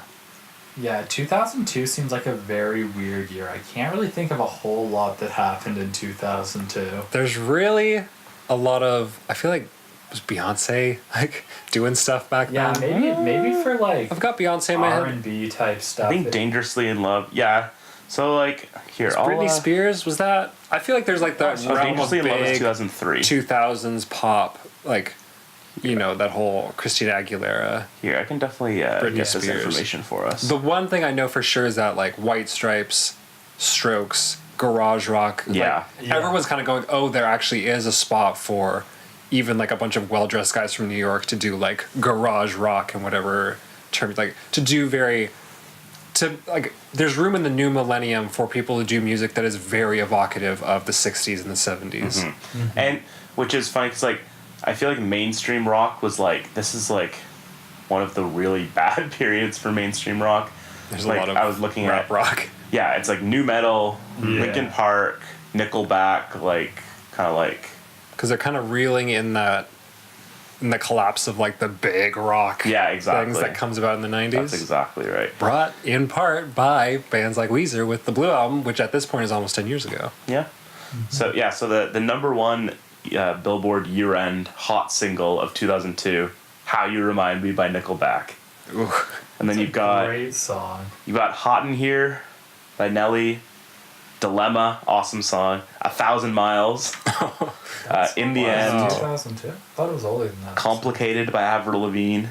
And then "The Middle." That's an interesting one because that is like definitely this song. Even though Weezer was like very much an emo innovator, this almost feels like their emo-est album yet. Yeah. Yeah. The Middle is a very emo song, which you can tell kind of has a lot of Weezer inspiration behind it. But yeah, definitely, like you said, a lot of R&B. Like, there's a lot of Nelly, a lot of Usher, Yeah. Jennifer Lopez, Alicia Keys, like very, like you said. And then you have some, like, really bad, like, rock pastiche. Like, you have, like, Linkin Park. You have "Get the Party Started" by Pink. Just a lot of doo-doo in the A lot of rock. stuff that no one listens to. Yeah. Oh, very much so.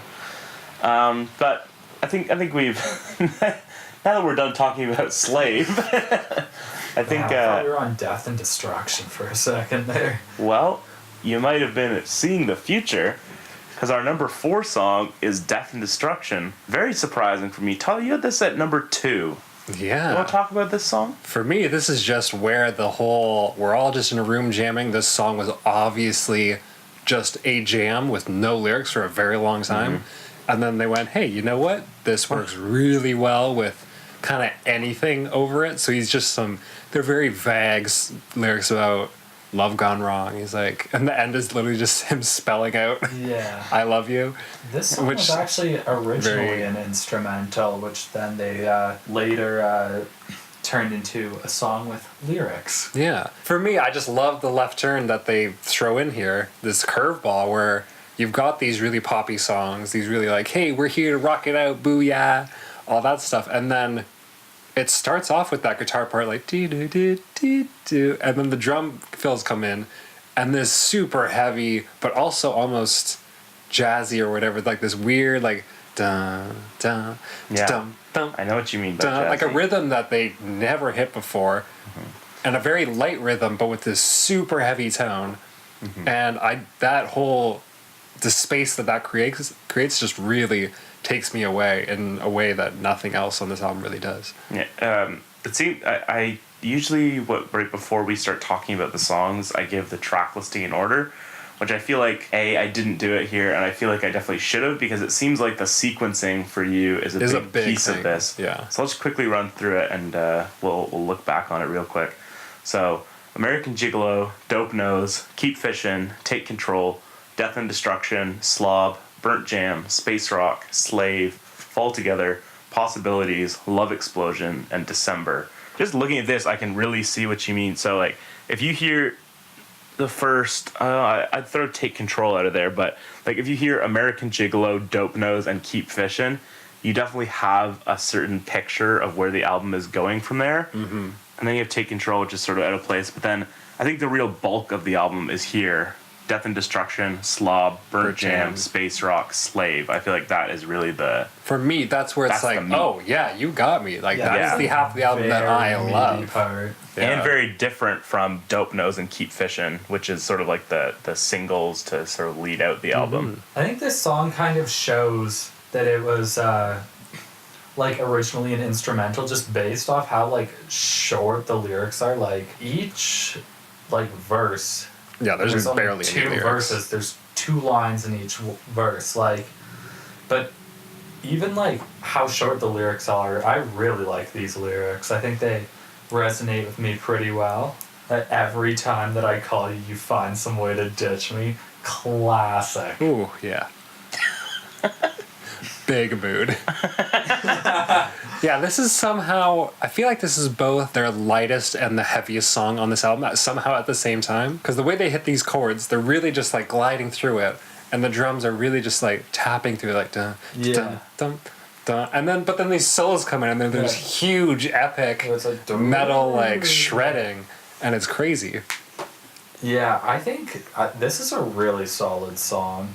Yeah, the solo stuff is great. The guitar work is great. I kind of like how it's one of I think it's like the first slow song on the album and the first slower one. Mm-hmm. This is probably the only song, or maybe one of the few songs on this album where at no point I cringe during it.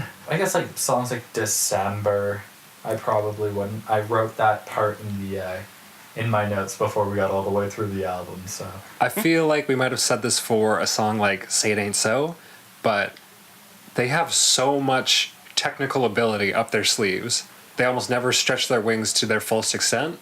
Like, that was one thing we really liked about Only in Dreams, is that they very clearly were flexing their musical abilities, and I feel that they do this, again, not to the same emotional heights, but it is... I don't know why, it's so nice to hear Rivers just shred, because so often he's just kind of whining about certain feelings, and just for him to like completely rock out is so refreshing. It really goes back to like his metal roots, like growing up listening to like the bands that you listed earlier, like Van Halen, Scorpions, like Quiet Riot, stuff like that. But yeah, like you said, I really don't think that they spread their wings as much and like show off technically as much like as they do in this album until you get to Everything Will Be Alright in the end. Yeah. And that there's some really good That's a really good comparison. I feel like that is the closest thing to this album in their discography. I think I would agree with that as well, actually. Just a certain heaviness that... Well, I wouldn't say a heaviness. There's not really many of those like parts that are really it's not quite face. It's not quite as like heavy or as jammy. I guess. Yeah, I'm more talking about like mood. Like the name of the song is Death and Destruction. Yeah, I think that's interesting that they'd call it that because it's so has nothing to do with the song, right? No, it definitely is a name that you would give to a song with no words. Exactly. Although speaking of that comparison to Everything Will Be Alright in the End, I think even the Back to the Shack is kind of like the booyah song of that album. That's reasonable. Even the music video reminds me a decent amount of dopeness from what I can remember of it. That's interesting. I've been avoiding the music videos until we're about to actually talk about them. Yeah, I've definitely tried to just limit my listening to what's in the immediate future. It's also very interesting because we're in a point now where I did listen to Pinkerton a lot before we started this podcast. Yeah, and I feel bad listening to Pinkerton now because it's like, you do have other Weezer albums to listen to. Like, but I want to listen to Pinkerton. Yeah. I think it's going to be interesting going forward to Make Believe, where that's an album where I'm, much like this one, I'm really not like crazy familiar with the back half. Obviously, I've listened to the album You're for a treat. No, obviously I've listened to the album through countless times, but there's still some songs on there where I'm like, oh yeah, wait, yeah, wait. I know what you mean, but we'll save cross that bridge when we come to it. Exactly. Next week, or... Yeah. So let's move on to the number 3 song. This is a great song. It's Slob. Like you said, a very good one. The fans convinced the band to include this. Yes. Right? So the I'll see if I can pull up some more information here, but originally from the what's called the SS2K Summer Songs of 2000. I'll read verbatim from Weezerpedia here. A group of songs that were demoed in 2000 and performed live by Weezer on their comeback tour that same year. It's also a de facto name of an album, quote unquote, created and leaked by Rivers on the internet with altered versions of the song in 2001. So some of those songs, let me see if I can pull them up here. A lot of ones that did not turn into real songs on an album. I think the main big ones are Dope Nose, Hash Pipe, and Slob. There's also one weirdly called Oh Girl, but I don't think it has a direct correlation to Oh Girlfriend. Oh Girl's a great song. Well, maybe it does. Does it have any musical similarities? No, it's a lot more upbeat, I'm pretty sure. Weird. But this is a song that was basically like, it was part of this Summer Songs 2000 collection and wasn't really considered by them as a contender for either Green or Maladroit, but fans were very into this song and it was eventually sort of resurrected and brought on. Apparently, it was considered for a single at one point, which I think would have been a very move. interesting choice. Yeah. Yeah, that would have been really interesting. When I first heard that Maladroit was the album that they kept fans updated on as they worked on it, before I really knew that much about Weezer, I went like, "What? Like that's seems like an absolutely terrible idea." Like, but when it can seem like a very good idea. Like, you know, fans are the ones enjoying it. They should have some input, and then you get to know kind of musicians as they go along their path of putting out albums. You're like, musicians need as little feedback as possible. Yeah, exactly. Like, you should really not be interacting with fans like that.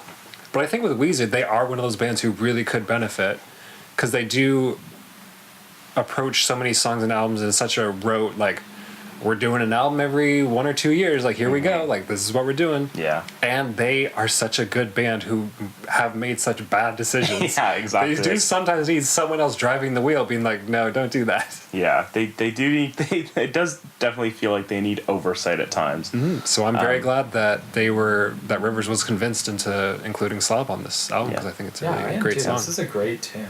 It's one of the more simpler ones. I wouldn't say it's like, it doesn't seem like it would be memorable, but it kind of is. It has stuck in my head. The chorus for sure. It's one of the more emo-y of their records. Very emo. Because it does seem like Blue Album is a certain sort of flavor of emo, but this song especially feels the most like teenage angsty. Like definitely angsty is the word I'd use. My Chemical Romance. Exactly. He's like really yelling his head off in this song in a way that he hasn't yelled his head off in a while. It literally, I mean, it just from reading the lyrics, it does seem like it's like his parents are yelling at him to like move out of the basement. Again, that feeling of kind of listlessness, helplessness, not knowing what to do, feeling like you're not doing the right thing. Yeah, and just like basically like wanting to be alone, which is kind of ironic because, I mean, like, in Blue, there's a certain amount of leave me alone, but it's more like leave me alone because I'm too weird to have friends. Yeah, like I am alone. Yeah, and this is more like like stop bothering me, leave me alone. For some reason, I absolutely love the lyrics to this song, even though they kind of make me cringe at the same time. Yeah, it's like a Pinkerton thing where it's like, the lyrics at times are hard to listen to because, like, they feel really real.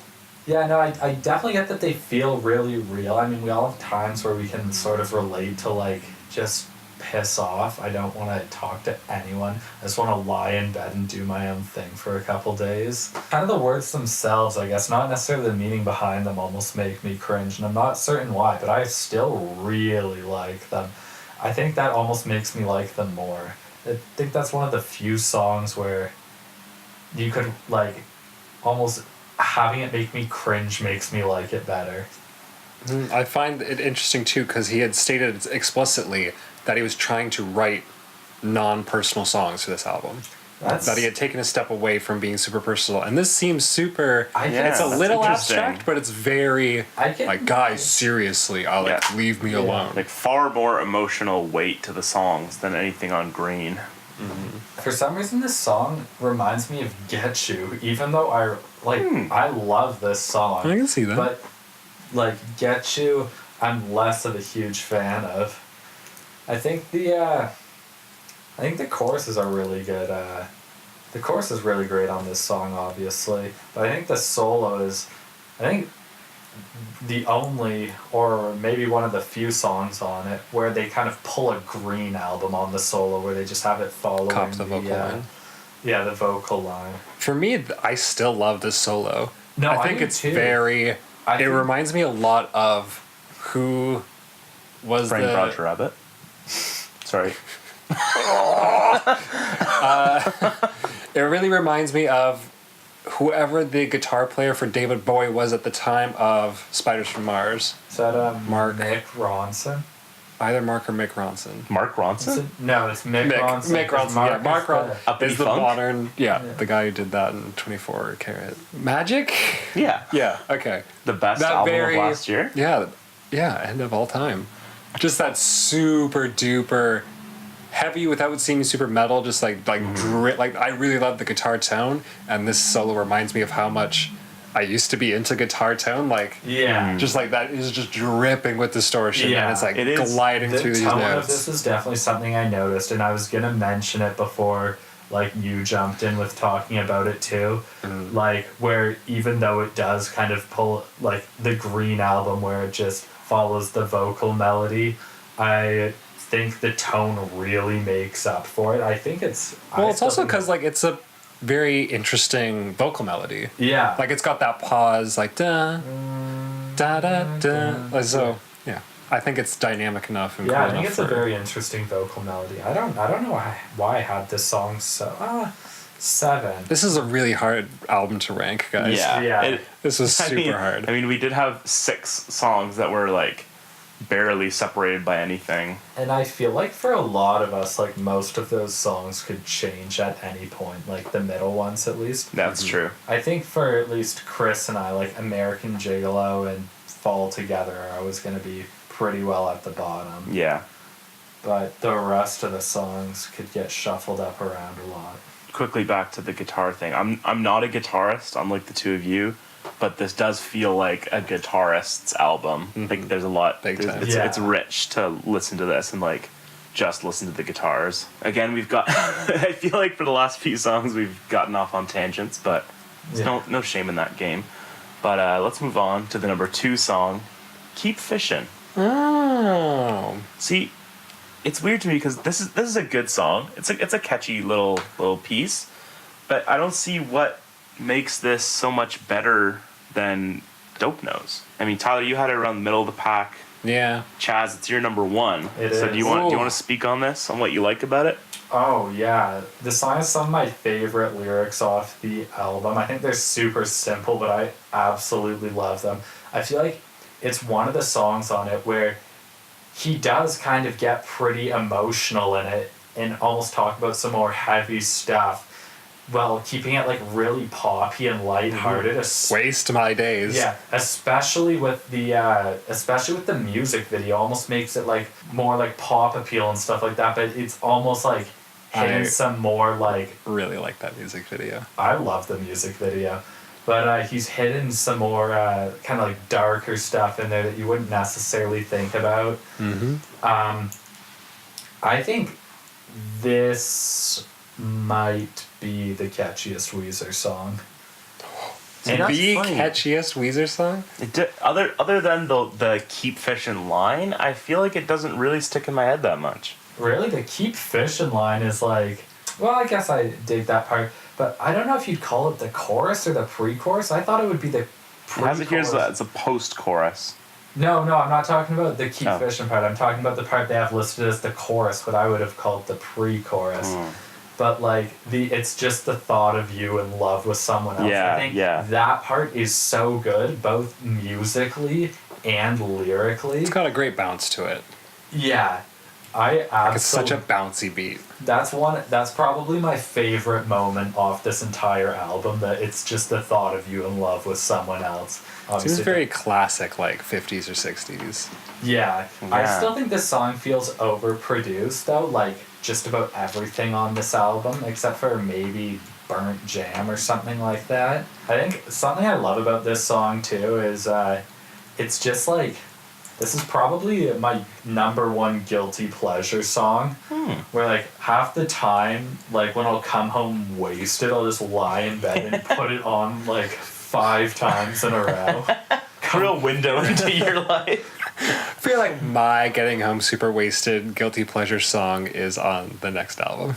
Ooh. Beverly Hills. That was probably Beverly Hills. Is it really? Yeah, it's a bit of a guilty pleasure song. Okay, we'll get to that. Talk about Beverly Hills. I think next time. I really did not... I mean, I love Beverly Hills, but you really do not seem like a Beverly Hills kind of guy. I really hate it, and then there are times where I'm like, I want to hear this song. Yeah, it's a fair assessment. Yeah, we all have that. But again, let's save it for the next episode because we'll definitely get some Beverly Hills talk in there. Yeah. I just really like that music video with the Muppets.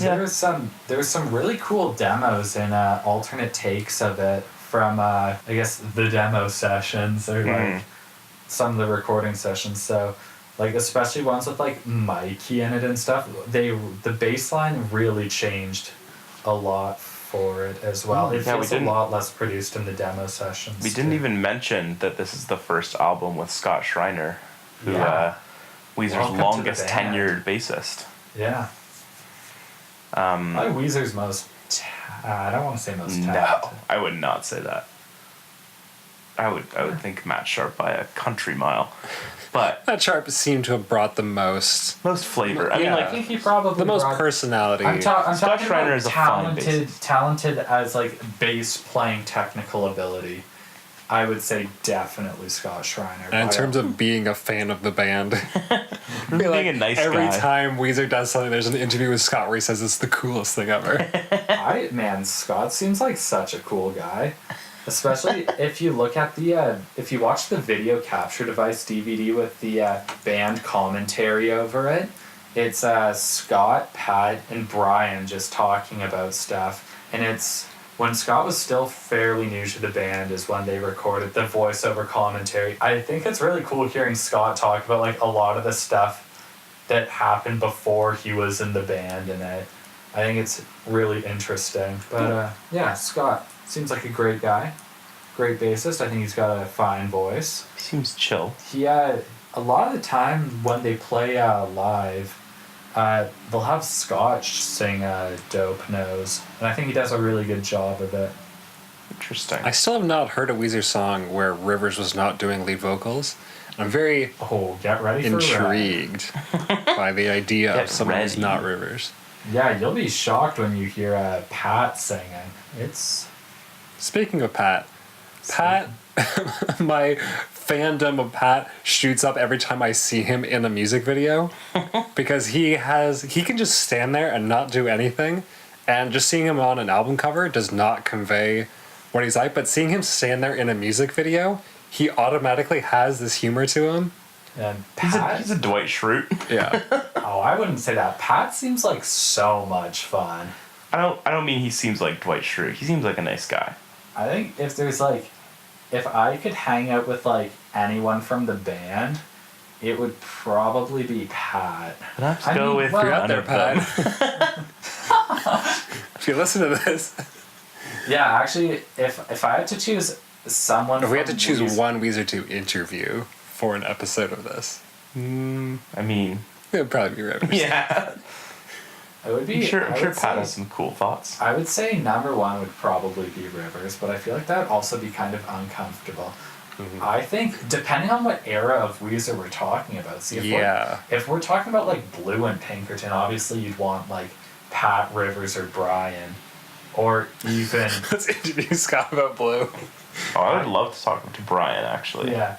I'd like to talk to Brian about Pinkerton a lot. I'd like to talk to Brian about Maladroit a lot as well.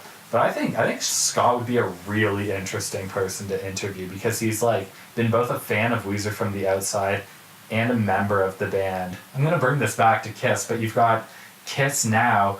They've got very different from Kiss back then. Well, yeah, I mean essentially right now, like ever since Kiss put the makeup back on, I think Kiss has pretty much just become a Kiss cover band, almost. And they've got I forget who's on drums, so I'm pretty sure... Still Gene and Paul, right? Yeah, they've still got Gene and Paul as far as I know. But they've got Tommy Thayer taking Ace's place.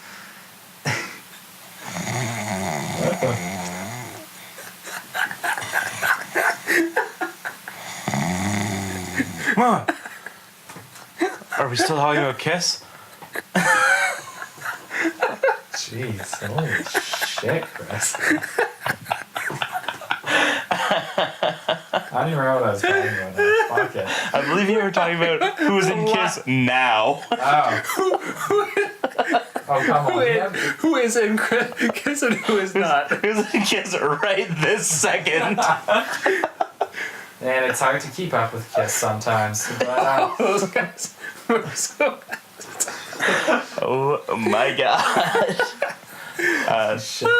No, I think with Kiss, right, when they replaced members, they almost became like just actors in a Kiss cover band. Yeah. Whereas Scott Schreiner wasn't like, oh, you know what, you're gonna join. He's not playing Matt. Yeah, he's not playing Matt. He's not playing Mikey. Mikey wasn't playing Matt either. Mm-hmm. Just a bunch of dudes. He's contributing a lot of stuff to the band, both like from input wise to like his own talents and vocals and songwriting abilities. I think he's definitely contributing a lot. Like, I mean, I don't know how Kiss works nowadays, but I don't think when they go to the studio to eventually work on a new album that they're going to give Tommy Thayer a whole lot of... Is Kiss making new albums? I don't know. They came out with one a number of years ago, I think. Like Sonic Boom or... Huh. I remember that. I never listened to it, but I just remember seeing it on the store shelves. No, yeah, Scott has definitely brought a lot of cool things to the band, and that has definitely shone through in Maladroit, and I find it cool that he started on the album, which flexes so much instrumental muscle. Yeah. Because a lot of the bass on these songs, has a mind of its own in a way that the bass did not have before. On earlier albums, the bass often just followed the guitar, and the bass just held down the bottom end, but on songs like My Mind Is Obviously Going to Burnt Jam First, but a bunch of other songs too, it's doing things that the guitar isn't doing, that the drums aren't doing. It's kind of dancing around and doing its own Well, even bass with Keith thing. Fish and the bass does a decent amount of its own thing. Or maybe I'm just... Jeez, wow. It's late, we've had a long day, but a lot of the demos where they had much different bass lines, I think this song has always had room to have an interesting bass line in it. Maybe not so much in the pre-chorus or chorus, as the Genius lyrics site calls it, but definitely another portion of the song. I'm falling asleep. Oh my god. Okay. The next song on the list. Next song, we're going to talk about the current members of Fleetwood Mac. Okay, so there's one more song on here. I think even though neither Joel nor I had it as our number one, I think we can all agree it's the best song on this album, right? Yeah. It's Burnt Jam. It's Burnt Jam. It's a real treat. Does anyone know the origin of the title of this song? Burned to Jamba. There's a theory about it being based off Kurt Cobain's name, because Kurt used to spell his name interestingly. Like, from time to time he'd spell it Kurdt, because it's still like Kurt. Yeah, Kurt. Burnt. Yeah, so there's kind of a bit of a theory with that, as well as kind of just adding another silent letter to the B, or like to jam with the B. But because like this is another song that started out with it as an instrumental, and they played as an instrumental. I guess they still had the do part in it or whatever. But yeah, this was another one where there was a lot of versions recorded with both Mikey and Scott as both an instrumental and not an instrumental. Yeah. And the bass line on this one changed up quite a bit between Mikey and Scott. Yeah, apparently, like before it got proper lyrics, it started, I'm going to quote from Brian here, Rivers started off singing about potato chips just to dust off whatever's in your brain that comes up with lyrics. He was reading off a package of Pringles or something. I still remember that the line 1.5 grams of carbohydrates was in it. I like that. It's interesting that it didn't have lyrics, because the music, or the vocals I should say, do provide a really cool counterpoint with the guitar riff. Oh, for sure. Just starting out with like gothic flavor, How I Missed You. I don't know why. I think that's an interesting lyric though. Well, it's the screen name of a girl that Rivers chatted with on AIM. Huh. There are parts of this album that I would almost call like post-rocky a little bit. Yeah, it starts with a much sort of softer, really cool guitar part. I don't even know how to describe it really. And then It's very Strokesy in my head. Yeah, I think that's reasonable. I like it. I mean, it starts with the drums, right? Right. But even that drum pattern, I think, is really cool. It's great. Every time I hear the drum pattern like start off, I instantly start smiling like an idiot. This whole song has that Island in the Sun flavor where it is just so bright and happy, and it's like, Yeah. it just gets my toe tapping. It's so nice. It's so pretty. Back to the drum pattern for a second. It does also flow in really well from Slob, which is probably why I feel that it's like a trilogy with Space Rock and Slob. Yeah. But yeah, I don't like it quite as much when it shifts into that heavier bit. Yeah. I would have been happy to hear just the softer part. The soft part, almost like a Radiohead song, I want to say, a little bit. Like just the guitar tone and the singing. The whole mood that song pervades. Yeah, it is a moody so song. Mellow. Like, Yeah. even like the part that is like the chorus, like that part I find so catchy with like the I'd be happy then do do do do over it, like at the end of every line of that. There's always the one song on every album where I just start talking about it and I have no words to describe it, but Yeah. I'm sitting here with a huge smile on my face. Absolutely. And I think that it's this one because I guess even though I would say Keep Fishing is definitely my guilty pleasure song, like this is one that makes me smile like no other. Like I said, even though I had Dope Nose at number 1, which after talking about it a little more, I'd say it was probably more of a gut reaction. I do think that this is the best song on the album, and it's one of their best, and It's so well orchestrated, which is not a thought I usually have about Weezer songs, but Yeah. the way they put everything together, the lyrics take a back seat, but everything else that they bring up to the table is so good. And it's not like and the lyrics so are fresh. actively bad either. No, they really They're are just- minimalist, really. Yeah, they're very minimal. But yeah, if you want to talk about underrated songs in the Weezer discography, this is a huge one. Burnt Jam might be the number 1 underrated song for me right now with this listen to. This is a hugely underrated album as well, I would say. Yeah, I mean, we'll get to final thoughts in a hot second, but yeah, and it's weirdly buried. It's like the 6th or 7th song on the it's album. kind of right there in the middle. It's weird.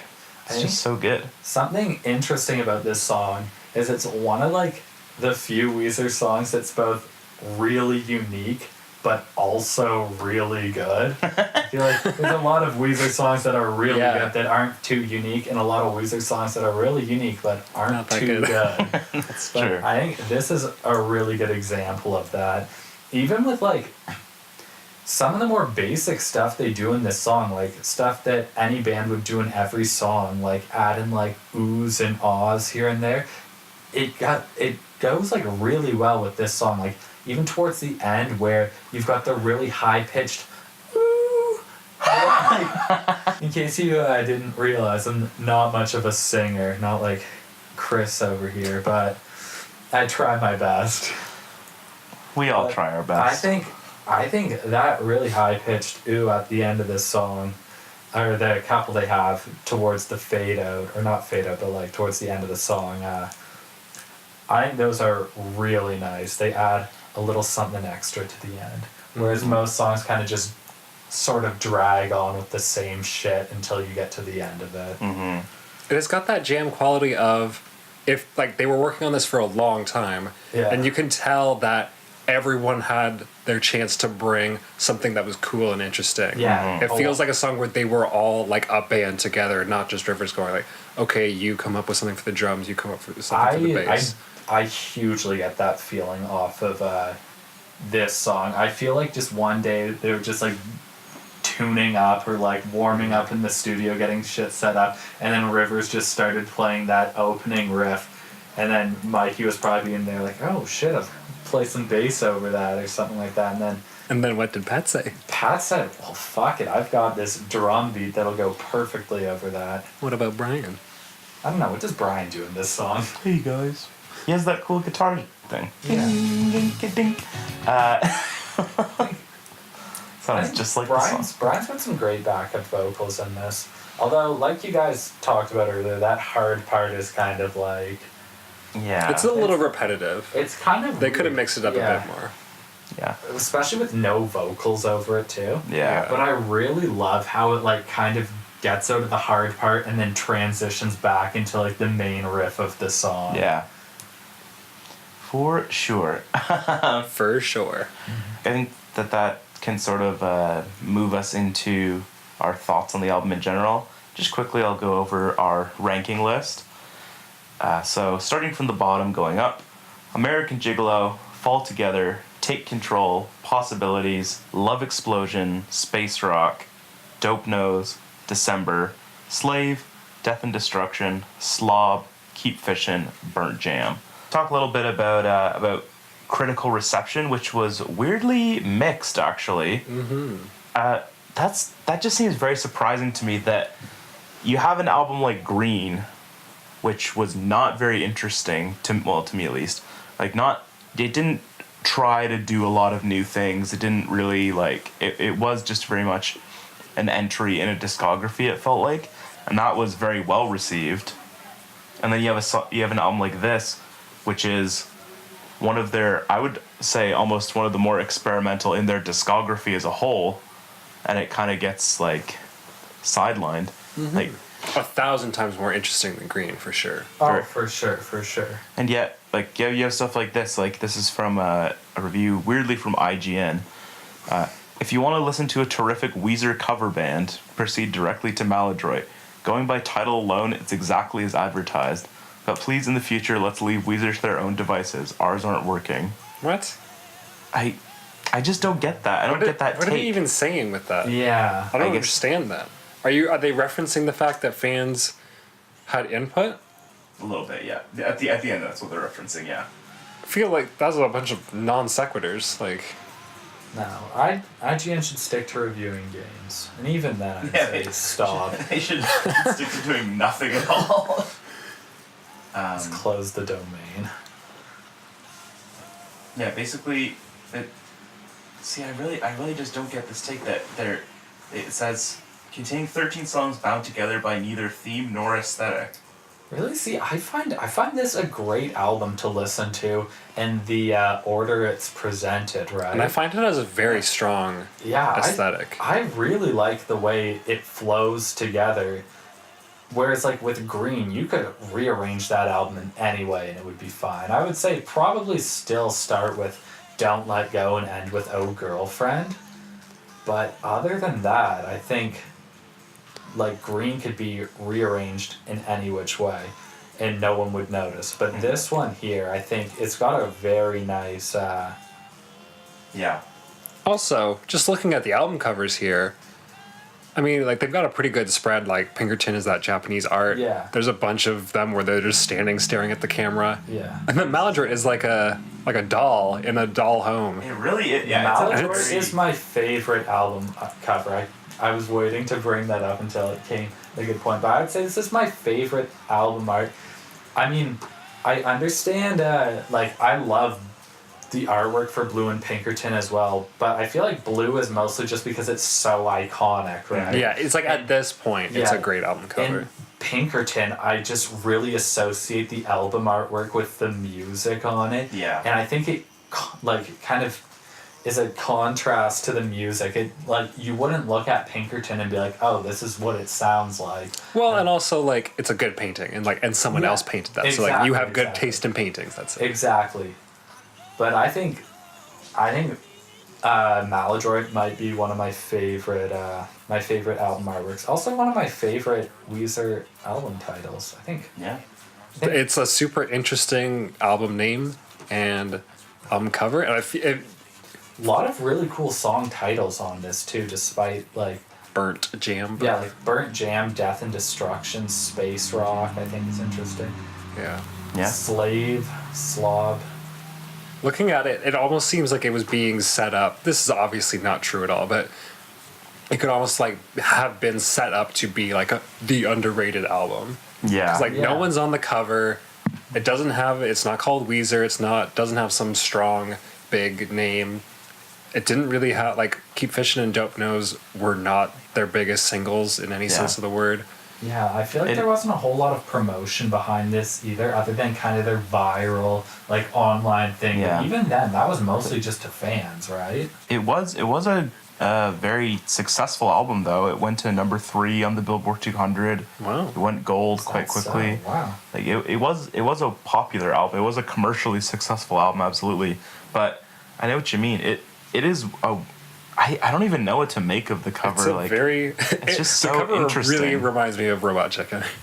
Every time. That's funny. Yeah, just like a weirdly like muted cover given the musical content. Mm-hmm. Like when you compare it to Green, which is literally just green. A lime green back, like a neon green almost. It's a really bad shade of green. Yeah. I also want to mention, because I didn't bring it up earlier, this was also self-produced by Weezer, much like Pinkerton. So long, Rick. Rick, you're going in the stink. What the fuck am I talking about? Overall, I mean, just a super unique and weird point in their discography. Yeah. Yeah, I mean, I feel like there's like songs that don't really fit. Like we kind of talked about, like Possibilities and Love Explosion. I don't think fit too well within the album, but for some reason I kind of love how out of place they feel to me. I mean, doesn't Maladroit mean like awkward, out of place? Yeah, clumsy. Like. Mm-hmm. Yeah. So it was all on purpose, guys. I think it was. I don't think we give Rivers Cuomo enough credit. Well, actually. We give him plenty of credit. We give him a lot of credit. For some of the decisions he's made. But yeah. I feel like we're burning all chances of ever interviewing any member of Weezer on this podcast. Well, ever, hey, like it's Weezer. What are you going to do? Constantly talking shit about them. Except for Pat, when we've never had anything negative to say about Pat. Pat's or great. Scott. Or Brian. I just gotta say, looking at all of the album covers in a row on the screen, I don't know if there's any other band where you really, maybe this is just my own bias or like 2020 hindsight, but it feels like you can tell which albums are the good ones and bad ones by looking at the album cover. Yeah. Yeah, or you can at least like get a sense for like what kind of like I think they're, well, other than Ratitude, which is just dog shit. There's a metaphorically and literally. I think Make Believe is their worst album cover. I was just gonna say that too. Like I was so ready to say I think Make Believe is their worst by far, and then I remembered they have the Red album, Ratitude, and Hurley right in a after row. that. Like, were they?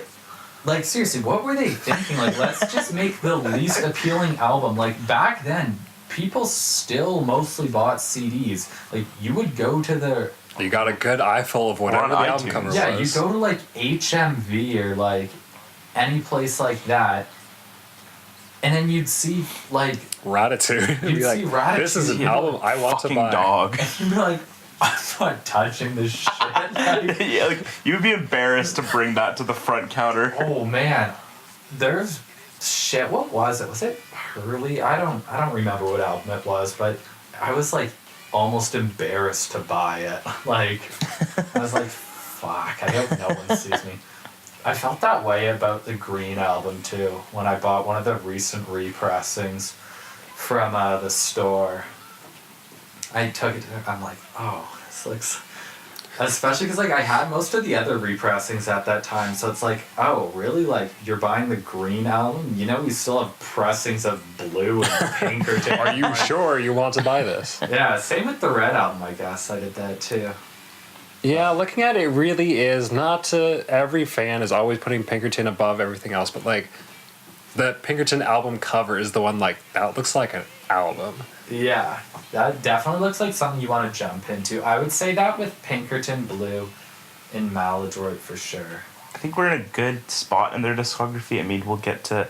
I think like this and Make Believe are kind of where like it's one of my favorite eras of their post Pinkerton stuff. So yeah, I really enjoyed listening to this album, especially coming after Green, which I was not a big fan of at all. This was a really fun one to listen to and to really like put like listen to closely and put like thought into what I thought about the songs too. There's definitely a newfound confidence in them. And for a band that's like seems like perpetually plagued by self-doubt, and this is a really nice period where they're just like, hey, They know it's what business they're as doing. usual. Yeah, we've Yeah. got songs in the pipeline. You're right, this does seem like a really confident album. Because when he was doing interviews for Maladroit, he was going like, hey, we've got another album of songs lined up and we're excited for you to hear that too. So we've got Green, we've got Maladroit, another album on the way. And it seems like their energy was up in a way that it For hadn't sure. been in a And it very was long like time. I think they were definitely like revitalized by sort of that little sabbatical, like. And just how well Green did. Yeah, and maybe we'll close off with another quote from that Guitar World interview. Guitar World getting a lot of shine today, but it was from Brian, where he was basically like, as soon as Rivers came back from Boston, and they came back from their hiatus, like, I knew we were gonna kick some ass. Ooh, a great Brian quote. And they did. So that's gonna do it for this episode of In the Garage. As usual, huge thank you to everyone that's listening. Like we did last episode, we're going to close out by giving recommendations for non-Weezer albums we're listening to. I think we'll start with Tyler. The album I'm really digging recently is an album called Veteran by JPEG Mafia. And it is one of the craziest rap albums I've ever heard. Specifically in terms of production, like he's a very in-your-face aggressive rapper. And I'm usually a big fan of that. As long as you can be decently catchy, I'm usually there. But these beats are some of the most abstract, weird, off-putting. Like, a bunch of these beats are literally people just screaming their heads off, or just one beat, which is one of my favorites, feels like it's a lady just, like, inhaling. And he's taken that and chopped it up and bounced it around and all these things. And it's a real crazy, glitchy experience, which I'm really digging a lot. Nice. Chaz, turn to you. Oh, and it's from this year. Cool. Well, an album that I've been listening to a decent amount right now that came out in October last year. I listened to it a lot then. I kind of got out of it a bit, and then recently I've came back to it. It's Rupert Angel Eyes and Joey Michael's self-titled album. There's a lot of interesting songs on it. These are two musicians that I had independently liked for a while, and then they kind of lived together for a summer down in California and kind of compiled an album worth of songs. And it's interesting because it's kind of like the Rupert Angel Eyes songs are like his songs, and then there's the Joey Michael songs, which are his songs, and they're kind of staggered in there. And I guess from what I understand, they mostly did their own songs, but then obviously they had each other help with the instruments or adding things here or there. But I think there's some really interesting songs on it, kind of a wide range of stuff. And they both have great voices in their own way. And yeah, I think you should check them out. I don't know if it can be found on YouTube at all, but Bandcamp and I think Spotify has it. It's a great album. Pick up a cassette if you want. I think there's only 10 left on the Bandcamp. So really get on that quick. Thank you, Chaz. The album I'm going to recommend is Something to Tell You by Haim. Ooh. It's their sophomore album. It came out last year. Yeah, just really, really good pop rock. Like, if you like this album, it drew a lot of comparisons to like Fleetwood Mac or like the Eagles. Just like really, really like slickly produced. Like, it almost feels overproduced, but not quite, I'd say. Just like pop rock, great vocal harmonies, great vocals, like a modern take on a Fleetwood Mac type. Really fun songs, really just easy to listen to. Really great tracks. Check it out. I think that's all from us for today. Check back in soon, and we'll be talking Make Believe. Very exciting times. 2005's Make Believe. Yeah. Sure. But for now, for Tyler and Chaz and myself, thank you very much, and we'll see you soon.